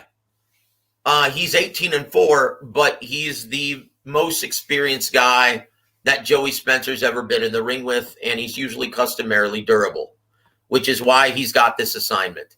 He's not coming to lay down. He's coming to fight. No, that's right. Yo, shout out to the Don. He said PBC giving a Christmas present for everyone. I normally talk bad about PBC, but I give credit when credit is due. Salute to the PBC for giving us free boxing. Yeah, they gave us free boxing last week too. With Morrell, you know, that's my right, favorite fighter, Morrell. And now I get more boxing for free. In the PBC, they're the only ones doing it. I love PBC because they they support boxing. I love DAZN because they support boxing. I love Top Rank because they support boxing. I'm a boxing fan. It doesn't matter what channel boxing is on. I will watch it. It could be on Telemundo. It could be, boxing in Japan. I will watch it because I love the sport. That's right. I'm not a fan of a network. I'm a fan of the sport. Shout outs to the Don, man. I love you, brother. Love you. Merry Christmas, brother. Shout outs to Merry Christmas, Don. Yes, the Don. And make sure you guys subscribe to War a Week Radio Network, the one and only. Thank Joseph you, brother. Haran. This brother God been bless doing you, this brother. for years. He put his hard work, dedication for the sport of boxing. Thank you, sir. I appreciate it. To promote the sport. Traveling for the sport of boxing. Putting in hours for this sport because he loves it. Thank you, sir. God bless you, man. Absolutely, appreciate you, brother. 2H. Thank you, sir. You're welcome, my brother. I appreciate the hard work that you've been doing for a very long time for boxing. Thank you, and sir. That's why you got that show with Ronnie Shields every Tuesday. Check it out. Subscribe, to Joseph. This is why he could get Sugar Hill Stewart on his show after they knocked out Wilder, after him and Tyson Fury destroyed Wilder. The next day, he's on Joseph's show. Why is that? Because this brother put in the work, and he's respected. Thank you, sir. I appreciate it, man. God bless you, brother. And, yeah, I tell you what, it's going to be very interesting. I do have to jump off very quickly because we have to prepare for our year-end awards with Coach James Gogi tomorrow. So I hope you guys all can tune in for that. But H, keep doing the great work, man. Keep supporting all of these hungry young fighters. And, keep doing what you do, man. I love your enthusiasm, brother. God bless you, man. Brother. Everyone, Merry Christmas. Merry Christmas to you, H. Thank you so much for your hospitality, brother. And enjoy the fights, guys. Thank you, bro. See you later. Shout out to Joseph. We got the Don in the building, the one and only Coco the Don, the 2019 co-host of the year. What's good, Coco? The Don. The Don much. Hey, yo, can y'all hear me? Yeah, there. How are we doing, the Don? You're right. Yeah, we hear you, the Don. Hey, man, thank you for all the kind words and hell yeah. Hey, man, thank you for all the kind words. I want to wish everybody happy holidays, Merry Christmas, and like everything that you're doing with the channel, H. You're growing. You're like, man, you're exceeding my expectations. Like ever since the beginning, we've been riding together, and like to me, like you make me proud. You know what I'm saying? So you say kind words about me, but I always hold you in the highest regard. Salute to Paulo. Salute to everybody, man. Salute to all my Dons. Like boxing comes first. Every year we're just gonna keep growing and growing and growing. The channel is on fire. Everybody that participates, you're part of this community. You're part of the family. We don't let nothing come in the way. And you could speak your mind and you could come with your own opinion. That's what makes this community so beautiful. You feel me? So I just want to wish you guys the best, and I'm going to holler at y'all. I just wanted to give you guys some love, man. You feel me? Man, I appreciate that, Coco, man. Thank you for the support since day one. The Don has been here supporting H Money since the very beginning when I first started my channel. And I just want to tell you, brother, I appreciate you. And, man, thank you. I want to thank you for everything, man, on this holiday, Coco the Don. You know what you mean to me. You know what I mean? My whole family know who you are. You know what I mean? All of my brothers say, man, Coco, that's your boy. Coco been the one with you since day one. So I appreciate you, brother, all the time. I'm looking forward to building the channel and taking it to the next level. We do have champions. Of course, Devin Haney, who was our first champion that we started with in the very beginning. Now we have David Morrell, our second champion, and it feels good, Coco the Don. So the sky is the limit, my brother. We're going to keep building and taking it to the next level, brother. And we can't forget about Charles Harris, Lolo Harris, another champion that, that we started off with right here on this platform. So shout out to Lolo the Coldest as well. We'll never forget about Lolo, the coldest. You know, he was a young fighter that I discovered Man, on this that's for real. platform. Salute. And and now Lolo is with he's with Never Terrence forget Crawford. about Lolo. Yup, and now he's with Terrence Crawford. He started right here as a 16-year-old kid, only 16 years old, and we promoted this kid and got him to a certain level. Now he's with Terrence Crawford. Now he's training with Bo Mack, and I think Lolo got a fight coming up. So shout out to my boy Lolo, only 18 years old now, bro. So shout out to young Lolo doing his thing. You know, and Yoelvis Gomez, Coco the Don. Don't sleep on this kid Gomez. His Man, father most was an Olympic definitely. You gold know what I'm medalist. saying? Yup. Appreciate it, the Don. Yoelvis Gomez. He's the next big thing coming out of Cuba. We all know about Morel, and Gomez Hey, is on his way. I got like a little bit of delay. Yeah, it's all good, Coco. Don't worry about it, bro. For sure. I appreciate you, Coco. Thanks, man, for showing love to the Let me channel. holler at y'all because I'm in the streets. You feel me? I'm out Okay, here, my boy. I'm out here grinding. For sure. Trap. I'm on my trap shit. NBA balling. I'm that draft pick. 357, lay his ass down quick. Body found in the bag, laying in the ditch. I'm on my trap shit. First 48 up, bitch. Bitch. Nigga playing with this G shit. Simo, you know I'm with the shit. Hit that like button. What's good? You know I'm with the shit. You did? Turn up. So Joey Spencer right now, this is an 8-rounder. Fuck, man, they should have had my boy Gomez go. What they doing, dog? Bullshitting, man. It's all good. Hopefully we get a chance to watch Gomez. Hit the like button, subscribe. Paulo, take over the commentary for a second. I'll be right back. I see you. Bars, Kazi. Bars. My boy Bartan, he said, H Money, one day we need a concert. I got you, man. We got to turn up. We got bars. Spencer. Joey Spencer, get rid of this dude, man. Make easy work of him. Joey Spencer, highly touted prospect from the PBC.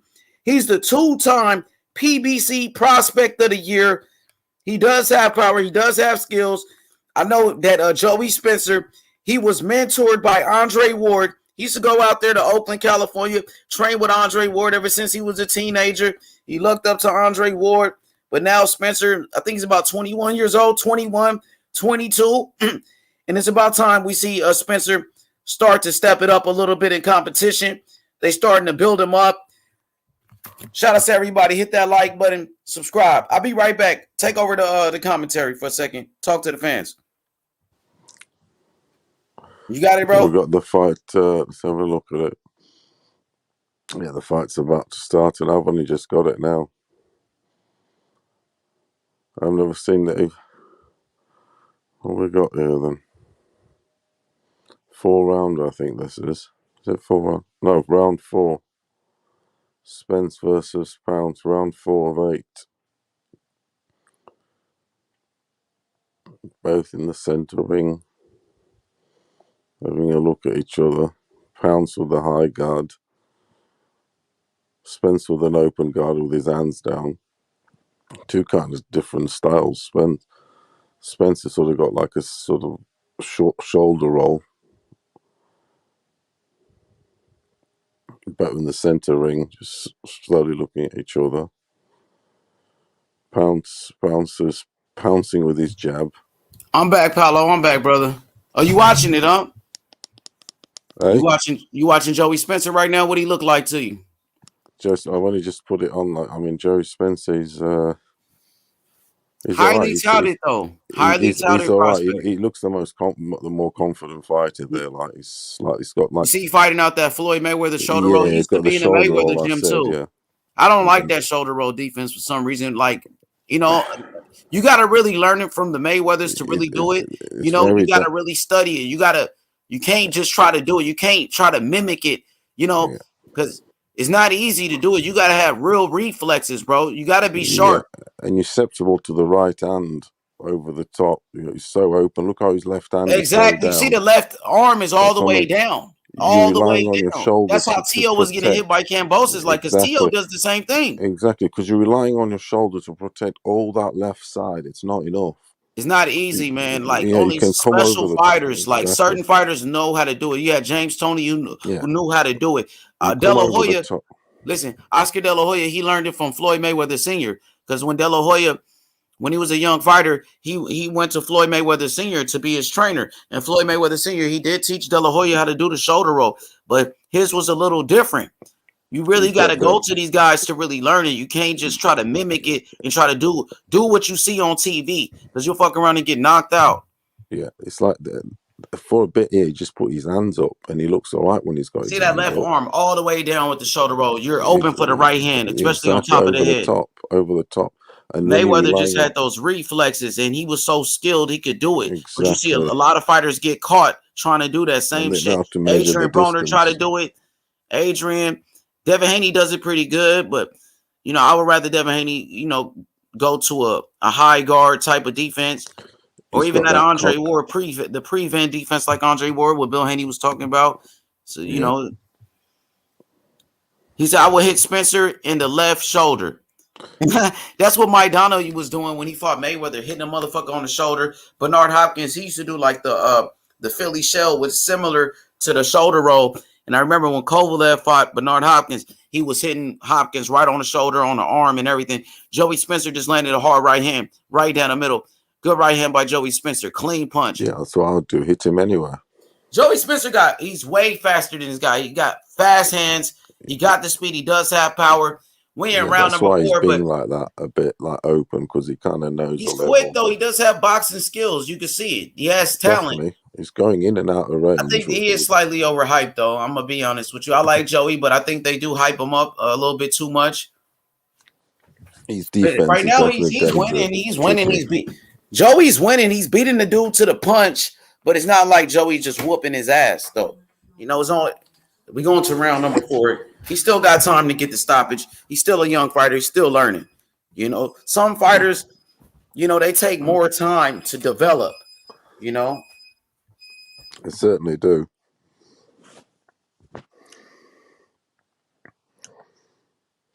I'll tell you what, there's a good crowd in. Well, yeah, there's some seats. There's a good crowd in there. Pounce keeps jabbing with his left hand and left jab. So, great knock, and nearly knocked him out.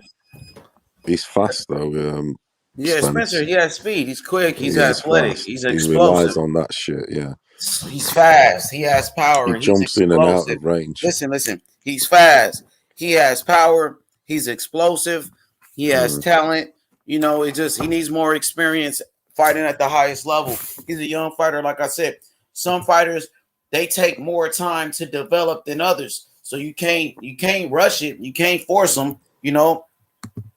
Let him take his time. Hit the like button, subscribe to the channel. Joey Spencer has landed 51 punches, and Ponce has only landed 16. So Joey Spencer's landing the harder shots. He's landed more shots. Yep. Yo, I see Chris Colbert in the crowd. Chris Colbert, he's there. He's promoting himself. He got a big fight coming up. Chris Colbert, he's fighting for a world title. Shout out to Colbert doing his thing. He's got him out of there.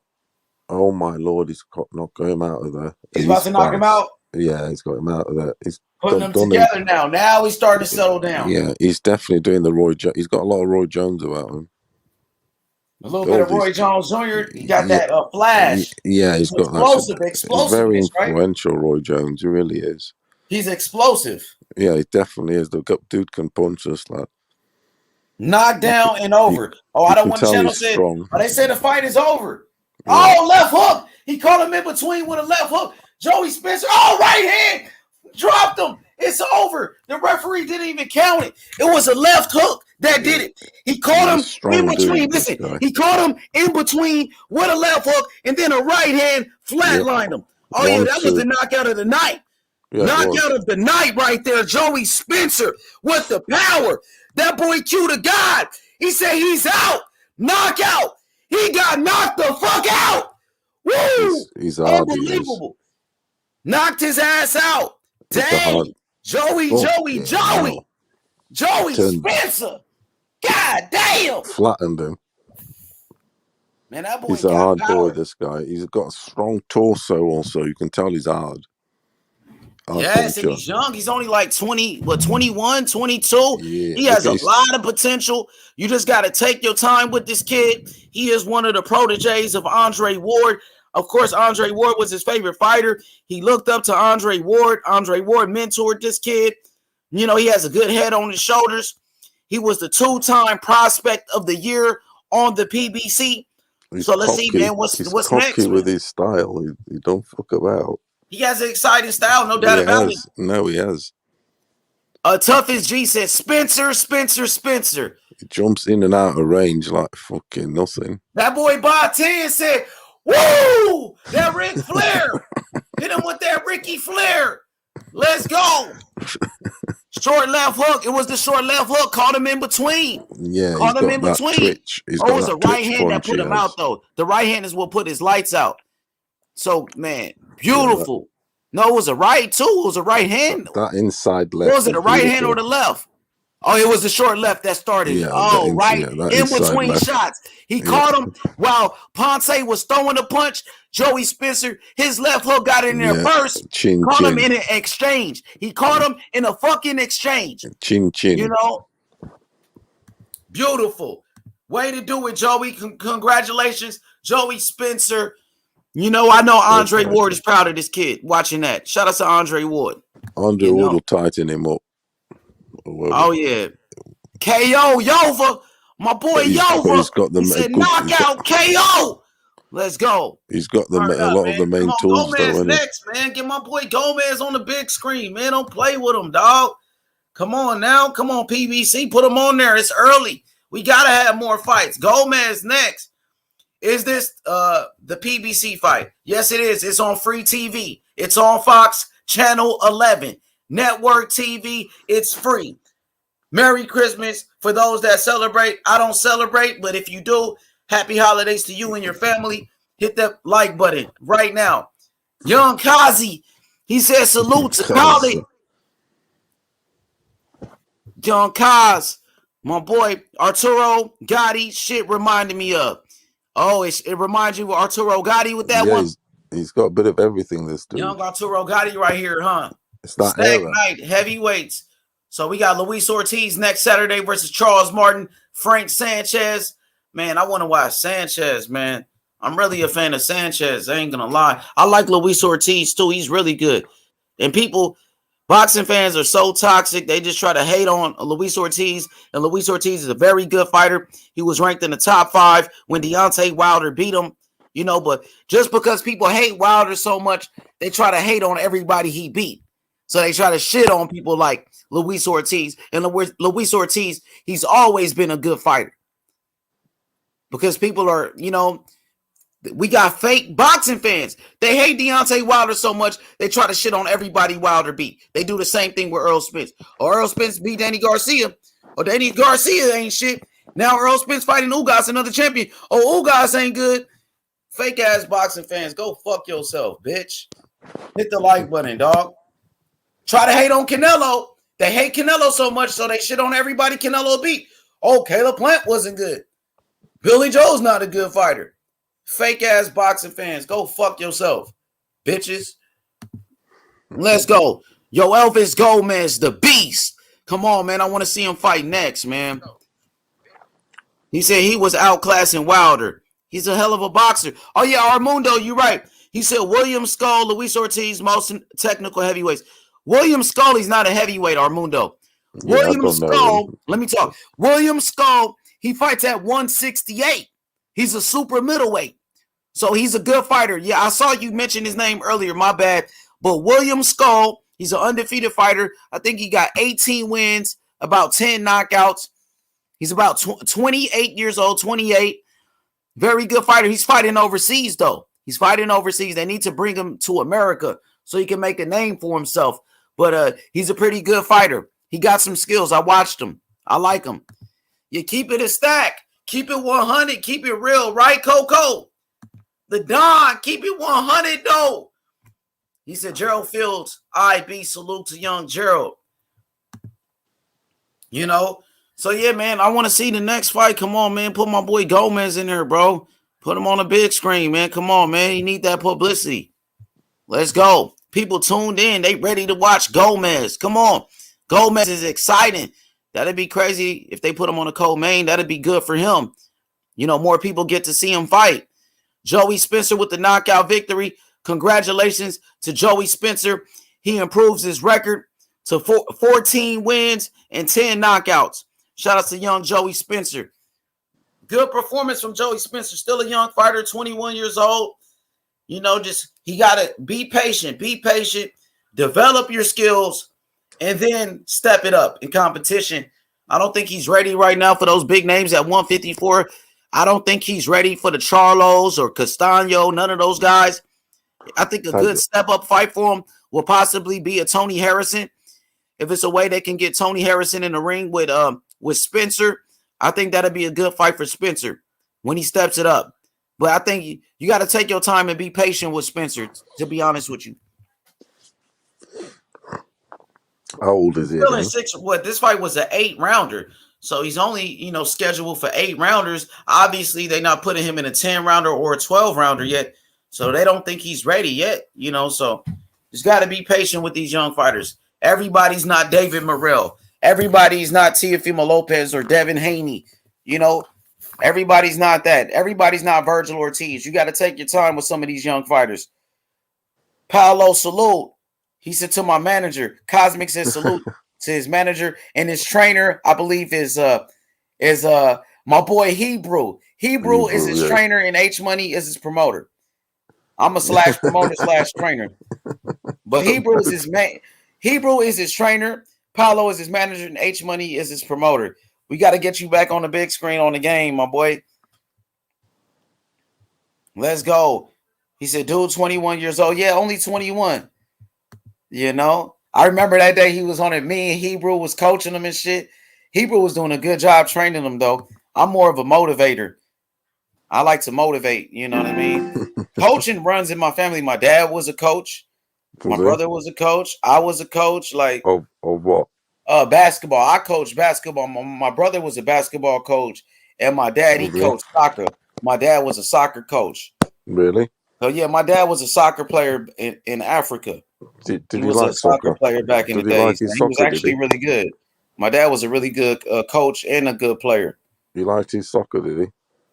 Yeah, my dad was a good player. I think he was damn near professional when he was in Somalia back in the day. Because he used to live in Somalia, you know what I'm saying? And I think he was professional over there. Yeah, from what I know. They like their soccer there. That's their bread and butter. That's their thing, isn't it? He said, nice knockout. Keep doing your thing, Joey Spencer. Facts, though. Yeah, nice knockout. You just got to be patient, IB. You can't rush this kid. Keep taking your time with him. I think a good step-up fight for him in the future will possibly be, I would say, Tony Harrison. I would like to see him fight Tony Harrison maybe like in 2 years or something like that. I don't think he's ready right now for Tony Harrison. But it'll be a good fight. Damn, he folded his ass. Damn. He's got the shots. Dude. He has that spread, inside shots, everything. The twitch, He's got power and all. He's definitely both-handed. Okay, Armando said La Hoya gonna be on TV. Yes. Put him. I want to see him next, bro. Come on. Don Dada, where you at, Don Dada? You said you was gonna cook yesterday, bro. I dropped you the link. I wanted to hear you cook. Come on, Dundada, pull up, nigga. We finna turn up in here. He said, what about Julian Williams for Spencer? Yeah, that's a good one, too. That's a good one. Dundada know his boxing, yes. Julian Williams, J-Rock, that's a good fight for him. And Tony Harrison. One of those two guys for Joey Spencer. But I think in a year, maybe in a year or 2 years from now, he'll be ready for one of those guys. But as you can see, he's still scheduled to fight in 8 rounders. So his handlers, they don't trust it yet. They're not trying to put him in there in a 10-rounder or a 12-rounder yet. And that's for a reason. But when he does step it up, I think a good fight will be Tony Harrison or Julian Williams. It's coming up, H. I think it's coming up, your hell. They put him up? You see him? He's got his thing, your Gomez. Yeah! Havana, Cuba. Let's go! Let's go, Gomez! Cuba! Let's go! Next. Let's go. We turned up, homie. Yeah, co-main event. Yoelvis Gomez. I'm talking about the next champion from Cuba. This dude is an assassin. He's a power puncher. He got the speed. Let's go. His father was a gold medalist. It runs in his family. His father was a beast, and he's a beast. He get it from his daddy. He got power like his daddy. Real talk. He's stunting like his daddy. You know what I'm saying? Paulo, come back. My boy Botan said Clay Collard is the prospect killer, but Cubans are different with the fire. They different with it. Mr. Cuba, let's go. Let's go, Cuba. Stand up. I'm telling you, I'm going to introduce y'all to the next great fighter from Cuba. We already know about Morel, but this guy, Yoelvis Gomez, he's the next one. He's the next one up. And don't blink. This might be a brutal knockout. I'm predicting possibly a second round knockout. He might knock him out in one round. This dude is a power puncher. Y'all gonna love his style. This dude is tough. He's tough, next. bro. And he's bringing that smoke. I think you're ahead of me. Let's go. What you see on the screen right now? No, he's not starting. I'm just saying he is. At least they are going to show him. Let's go. I'm excited. Let's go. Nigga, this is first fighting in America. He's making his American debut on Fox. The whole world gonna see it. This on free TV. Let's go, Gomez. This how you do it. We going for the knockout. And Clay Collard, we know him. Sly just told us that Clay Collard, he's not easy to knock out. Let's go to Don. Remember who told you first. H Money. Shout outs to Alexi. Shout outs to David Morrell. Let's go. Shout outs to Ugas. Shout outs to Ray Cuban TV. Y'all go subscribe to Ray Cuban TV, man, right now. Let's go to Don.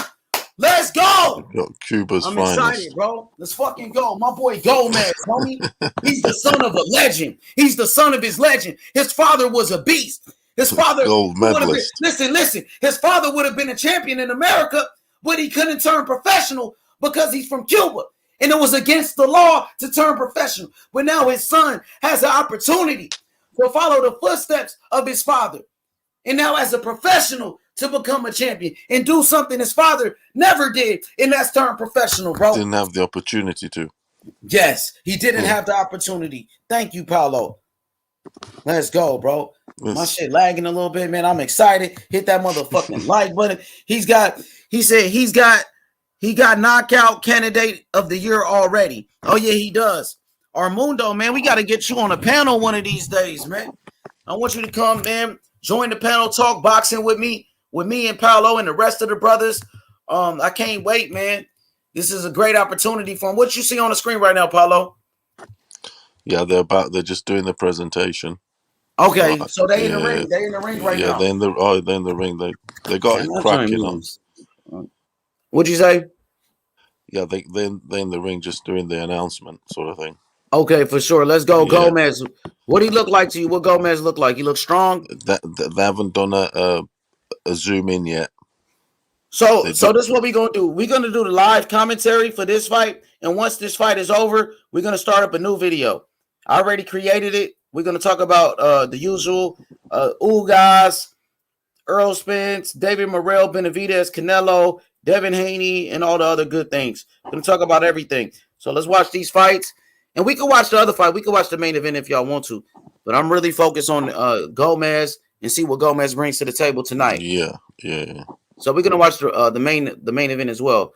But as soon as we finish this fight, we're gonna end this video and start the other one.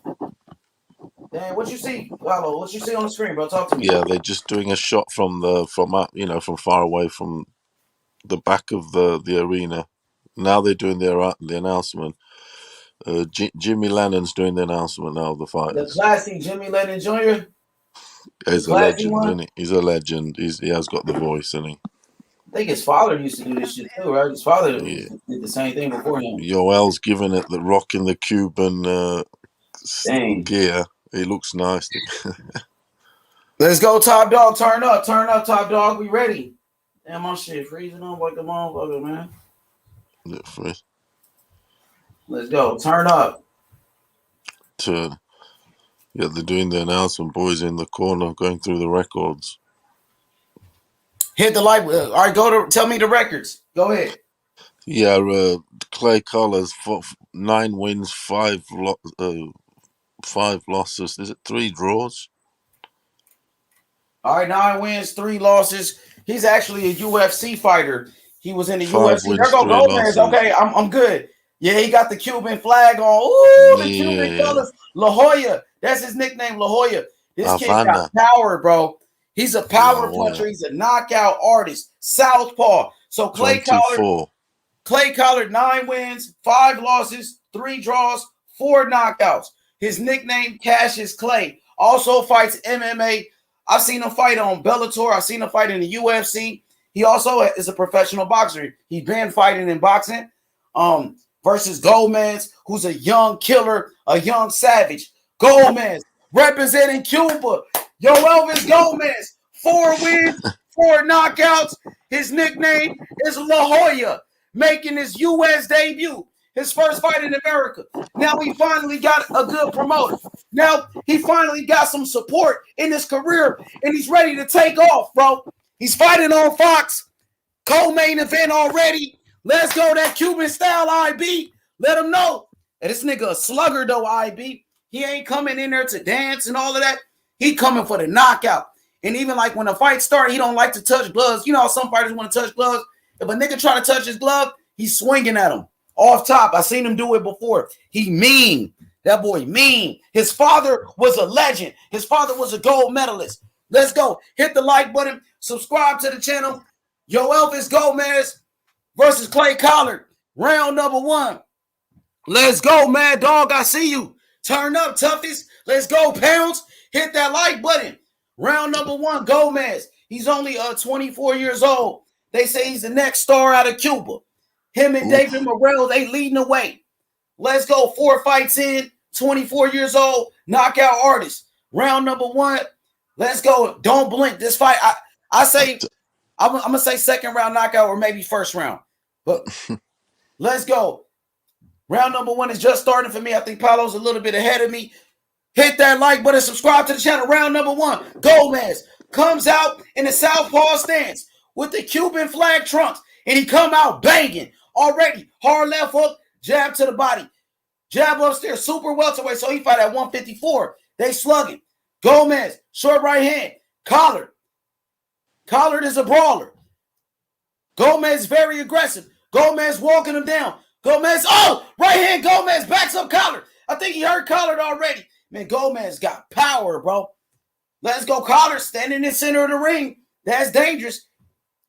Jab to the body by Gomez.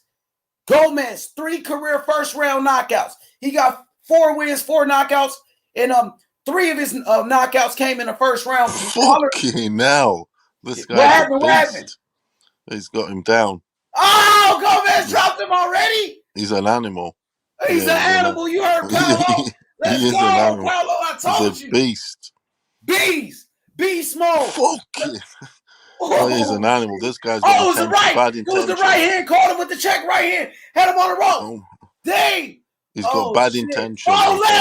Oh my God. Dang, he whooping his ass. Oh, he's slugging it, huh? He trying to get him out of there. Right hands to the body, left hook to the body. Uppercut Gomez. Put him down. His uppercuts are ridiculous. Hey, Gomez is already celebrating. Dan Collard don't know where he's at. Another first round knockout. KO is over. Armando first round knockout. Right hand. Got him on the ropes. Uppercut upstairs. Gomez. He's vicious, this guy. Left hand upstairs. Gomez. Unbelievable. La Jolla. His hard as fuck. I told you. Knockout artist. La Jolla the Don.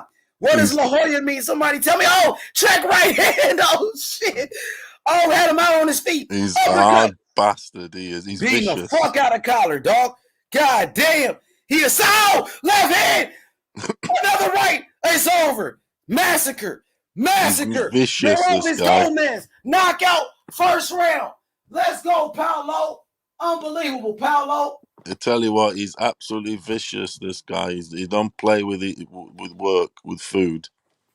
Yoelvis Gomez. First round knockout of Clay Collard. And shout out to Slide Tendencies. He told me that Clay Collard is not an easy person to knock out. And guess what? Gomez His knocked left him out in hand the is first he's round. got a He great made it left look hand. easy. Joey, let's go. Go ahead, Paolo. Cook on him, Paolo. Yeah, he's got a great left hand. He's got some right mad uppercuts. He has. Fucking how he digs his uppercut.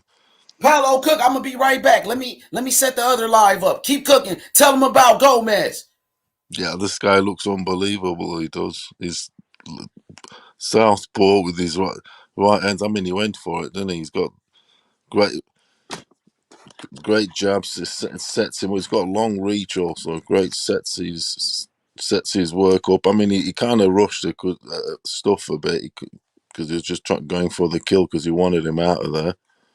But yeah, he's got great accuracy. He's got all the shots. He has, this guy. Uppercuts, hooks, great left hand, great footwork. He had no chance. Or Clay, bless him. He definitely. He's got a vicious streak. This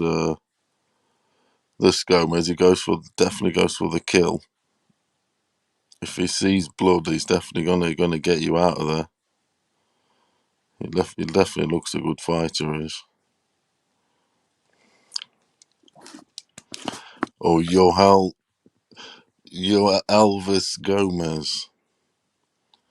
This dude is definitely the future. He is.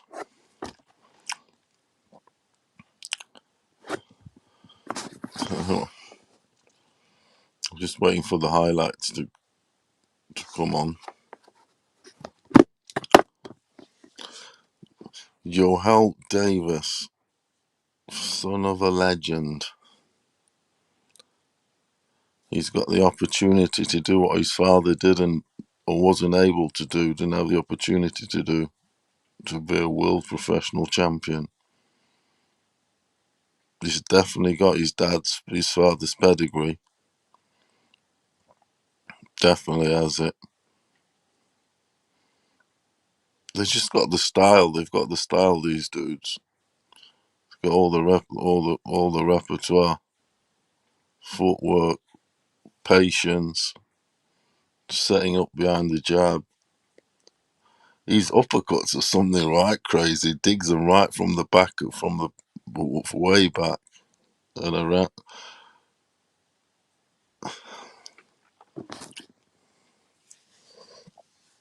They haven't put the highlights on yet.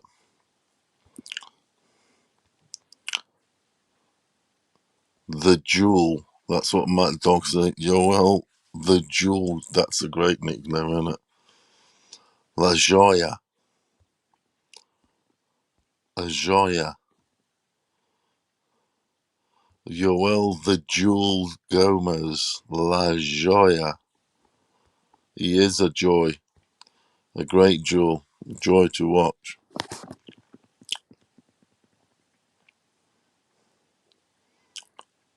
He's 24 years of age. He's got the right. I mean, he's got a good physique on him, good reach. 5 fights, 5 wins, 5 knockouts. How do you like it?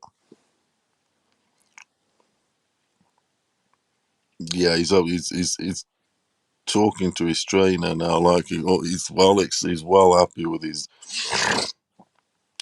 his debut. Great right hook. They're showing the highlights now. He rocks him with a great left hook. Sets up left hook. He's got him in the corner. Left hook. Right jab. He does like his uppercuts to the body. And uppercut's definitely my favourite punch in boxing. I love the uppercut. Fucking great right hand to the side of the head. You got to rock him. Yeah, he's got great timing, as. Hey, Paolo, go to the private chat. Hit the StreamYard link. Join the panel on the other joint. So let me send the people from this channel over there. Yoelvis Gomez, first round knockout. Take over the panel on that one, Paolo. And I'm gonna send the people from this chat over there. Hit the link, pounds. Cash, we about to go live. Yoelvis Gomez with the first round knockout. We live again. We gonna talk about the big fights coming up. The greatest, everybody. Cash, Pounds, Joey, Unique Dawn, all y'all. Aries, hit the link. I'm about to end this video. Go over there, Paolo. Go to the private chat. Join the panel over there, Paolo. What's good? I see you, Method. Salam alaikum, Method. What's good? Q to God, Coco to Don. We got 45 people right here. I need everybody to hit this link. 13 people. Let's get those lights up. There you go, Paolo. I see you, Paolo. Paolo, what's good? Take over the panel. I'm going to send the people on this one. Paolo, take over. We got Paolo in here. Hit the like button. Paolo, take over this panel. I'll be right back. Let me send the people from the other chat over here. You got it, Paolo. You run the show. What's good? First round, Top Dog. I'm about to end this live. Top Dog, hit the link. Hit this link, the YouTube link. Brandon Lee. We already live. Y'all go to the other chat. Y'all go to this chat. We still got 35 people in here. Yoelvis Gomez with the knockout. Everybody hit the link. We live. Let's go. Aries, everybody. Aries, what's next? We live. This is next. The link in the chat. Hit the link, the blue link right there. I'm dropping it. Let's go. Yoelvis Gomez, first round knockout. We ready. Everybody hit the like button. Mr. G, hit the link. Y'all go over there. We still got 35 people in here. All 28 people. Everybody go hit that link. Everybody. I'm already live. We about to end this one. Because, Yoelvis Gomez got the first round knockout. So we got to end this live quick. You feel me? 25 people still in here. We need all 25 to hit the link. Who's in here? Top Dog, Brandon Lee, the greatest, all of y'all. We live. Hit that like button. Hit the link. Yoelvis Gomez is a monster. He's a fucking beast. Gomez, first round knockout, ladies and gentlemen. I'm excited. 22 people in here. Gomez is a beast. Hit the like button. Subscribe. Let's go. I'm about to end this video and we going live. We got another live right now. 21 people in the chat. If you want to continue watching H Money Boxing and talking about this sport that we love, hit the link right now. The party continues. Hit the link. Subscribe to the channel. 21 people still here. Yoelvis Gomez with the knockout, ladies and gentlemen. Unbelievable. Unbelievable. We out, y'all. I'm about to end this live stream. We got another live going right now. We're still talking boxing. All you got to do is hit this link and join the festivities. Join the festivities, bro. I can't wait.